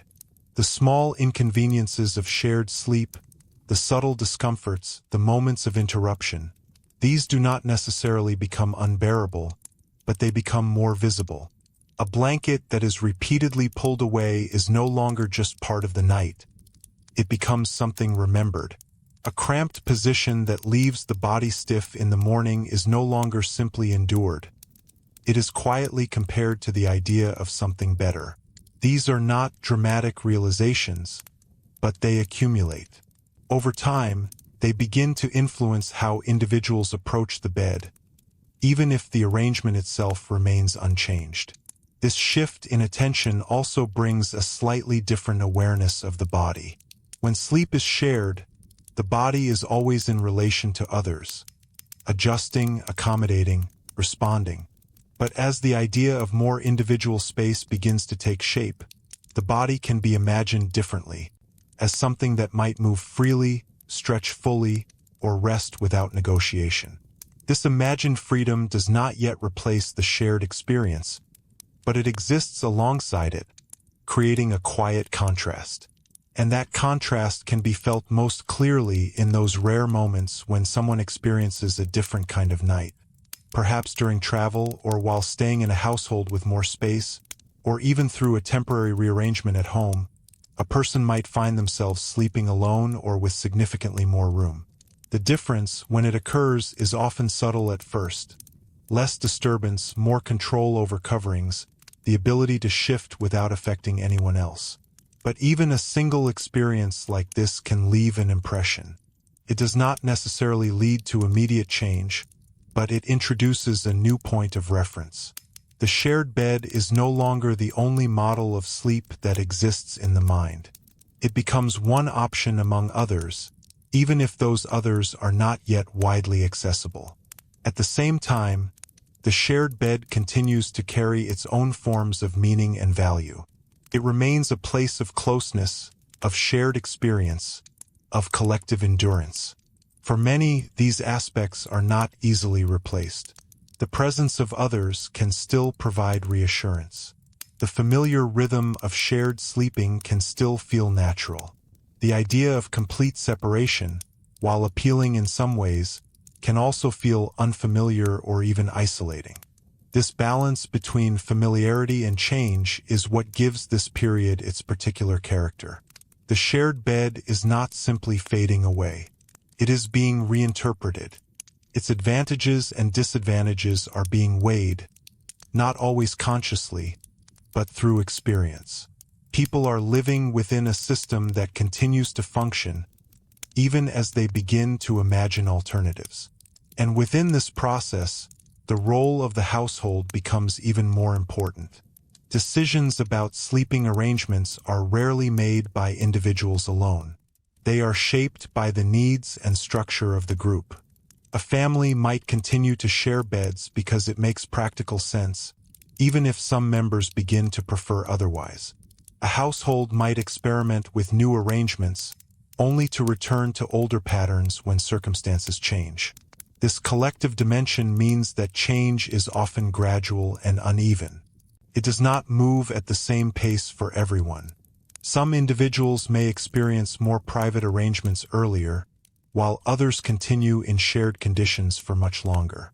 These differences create a varied landscape of experience, where multiple ways of sleeping coexist.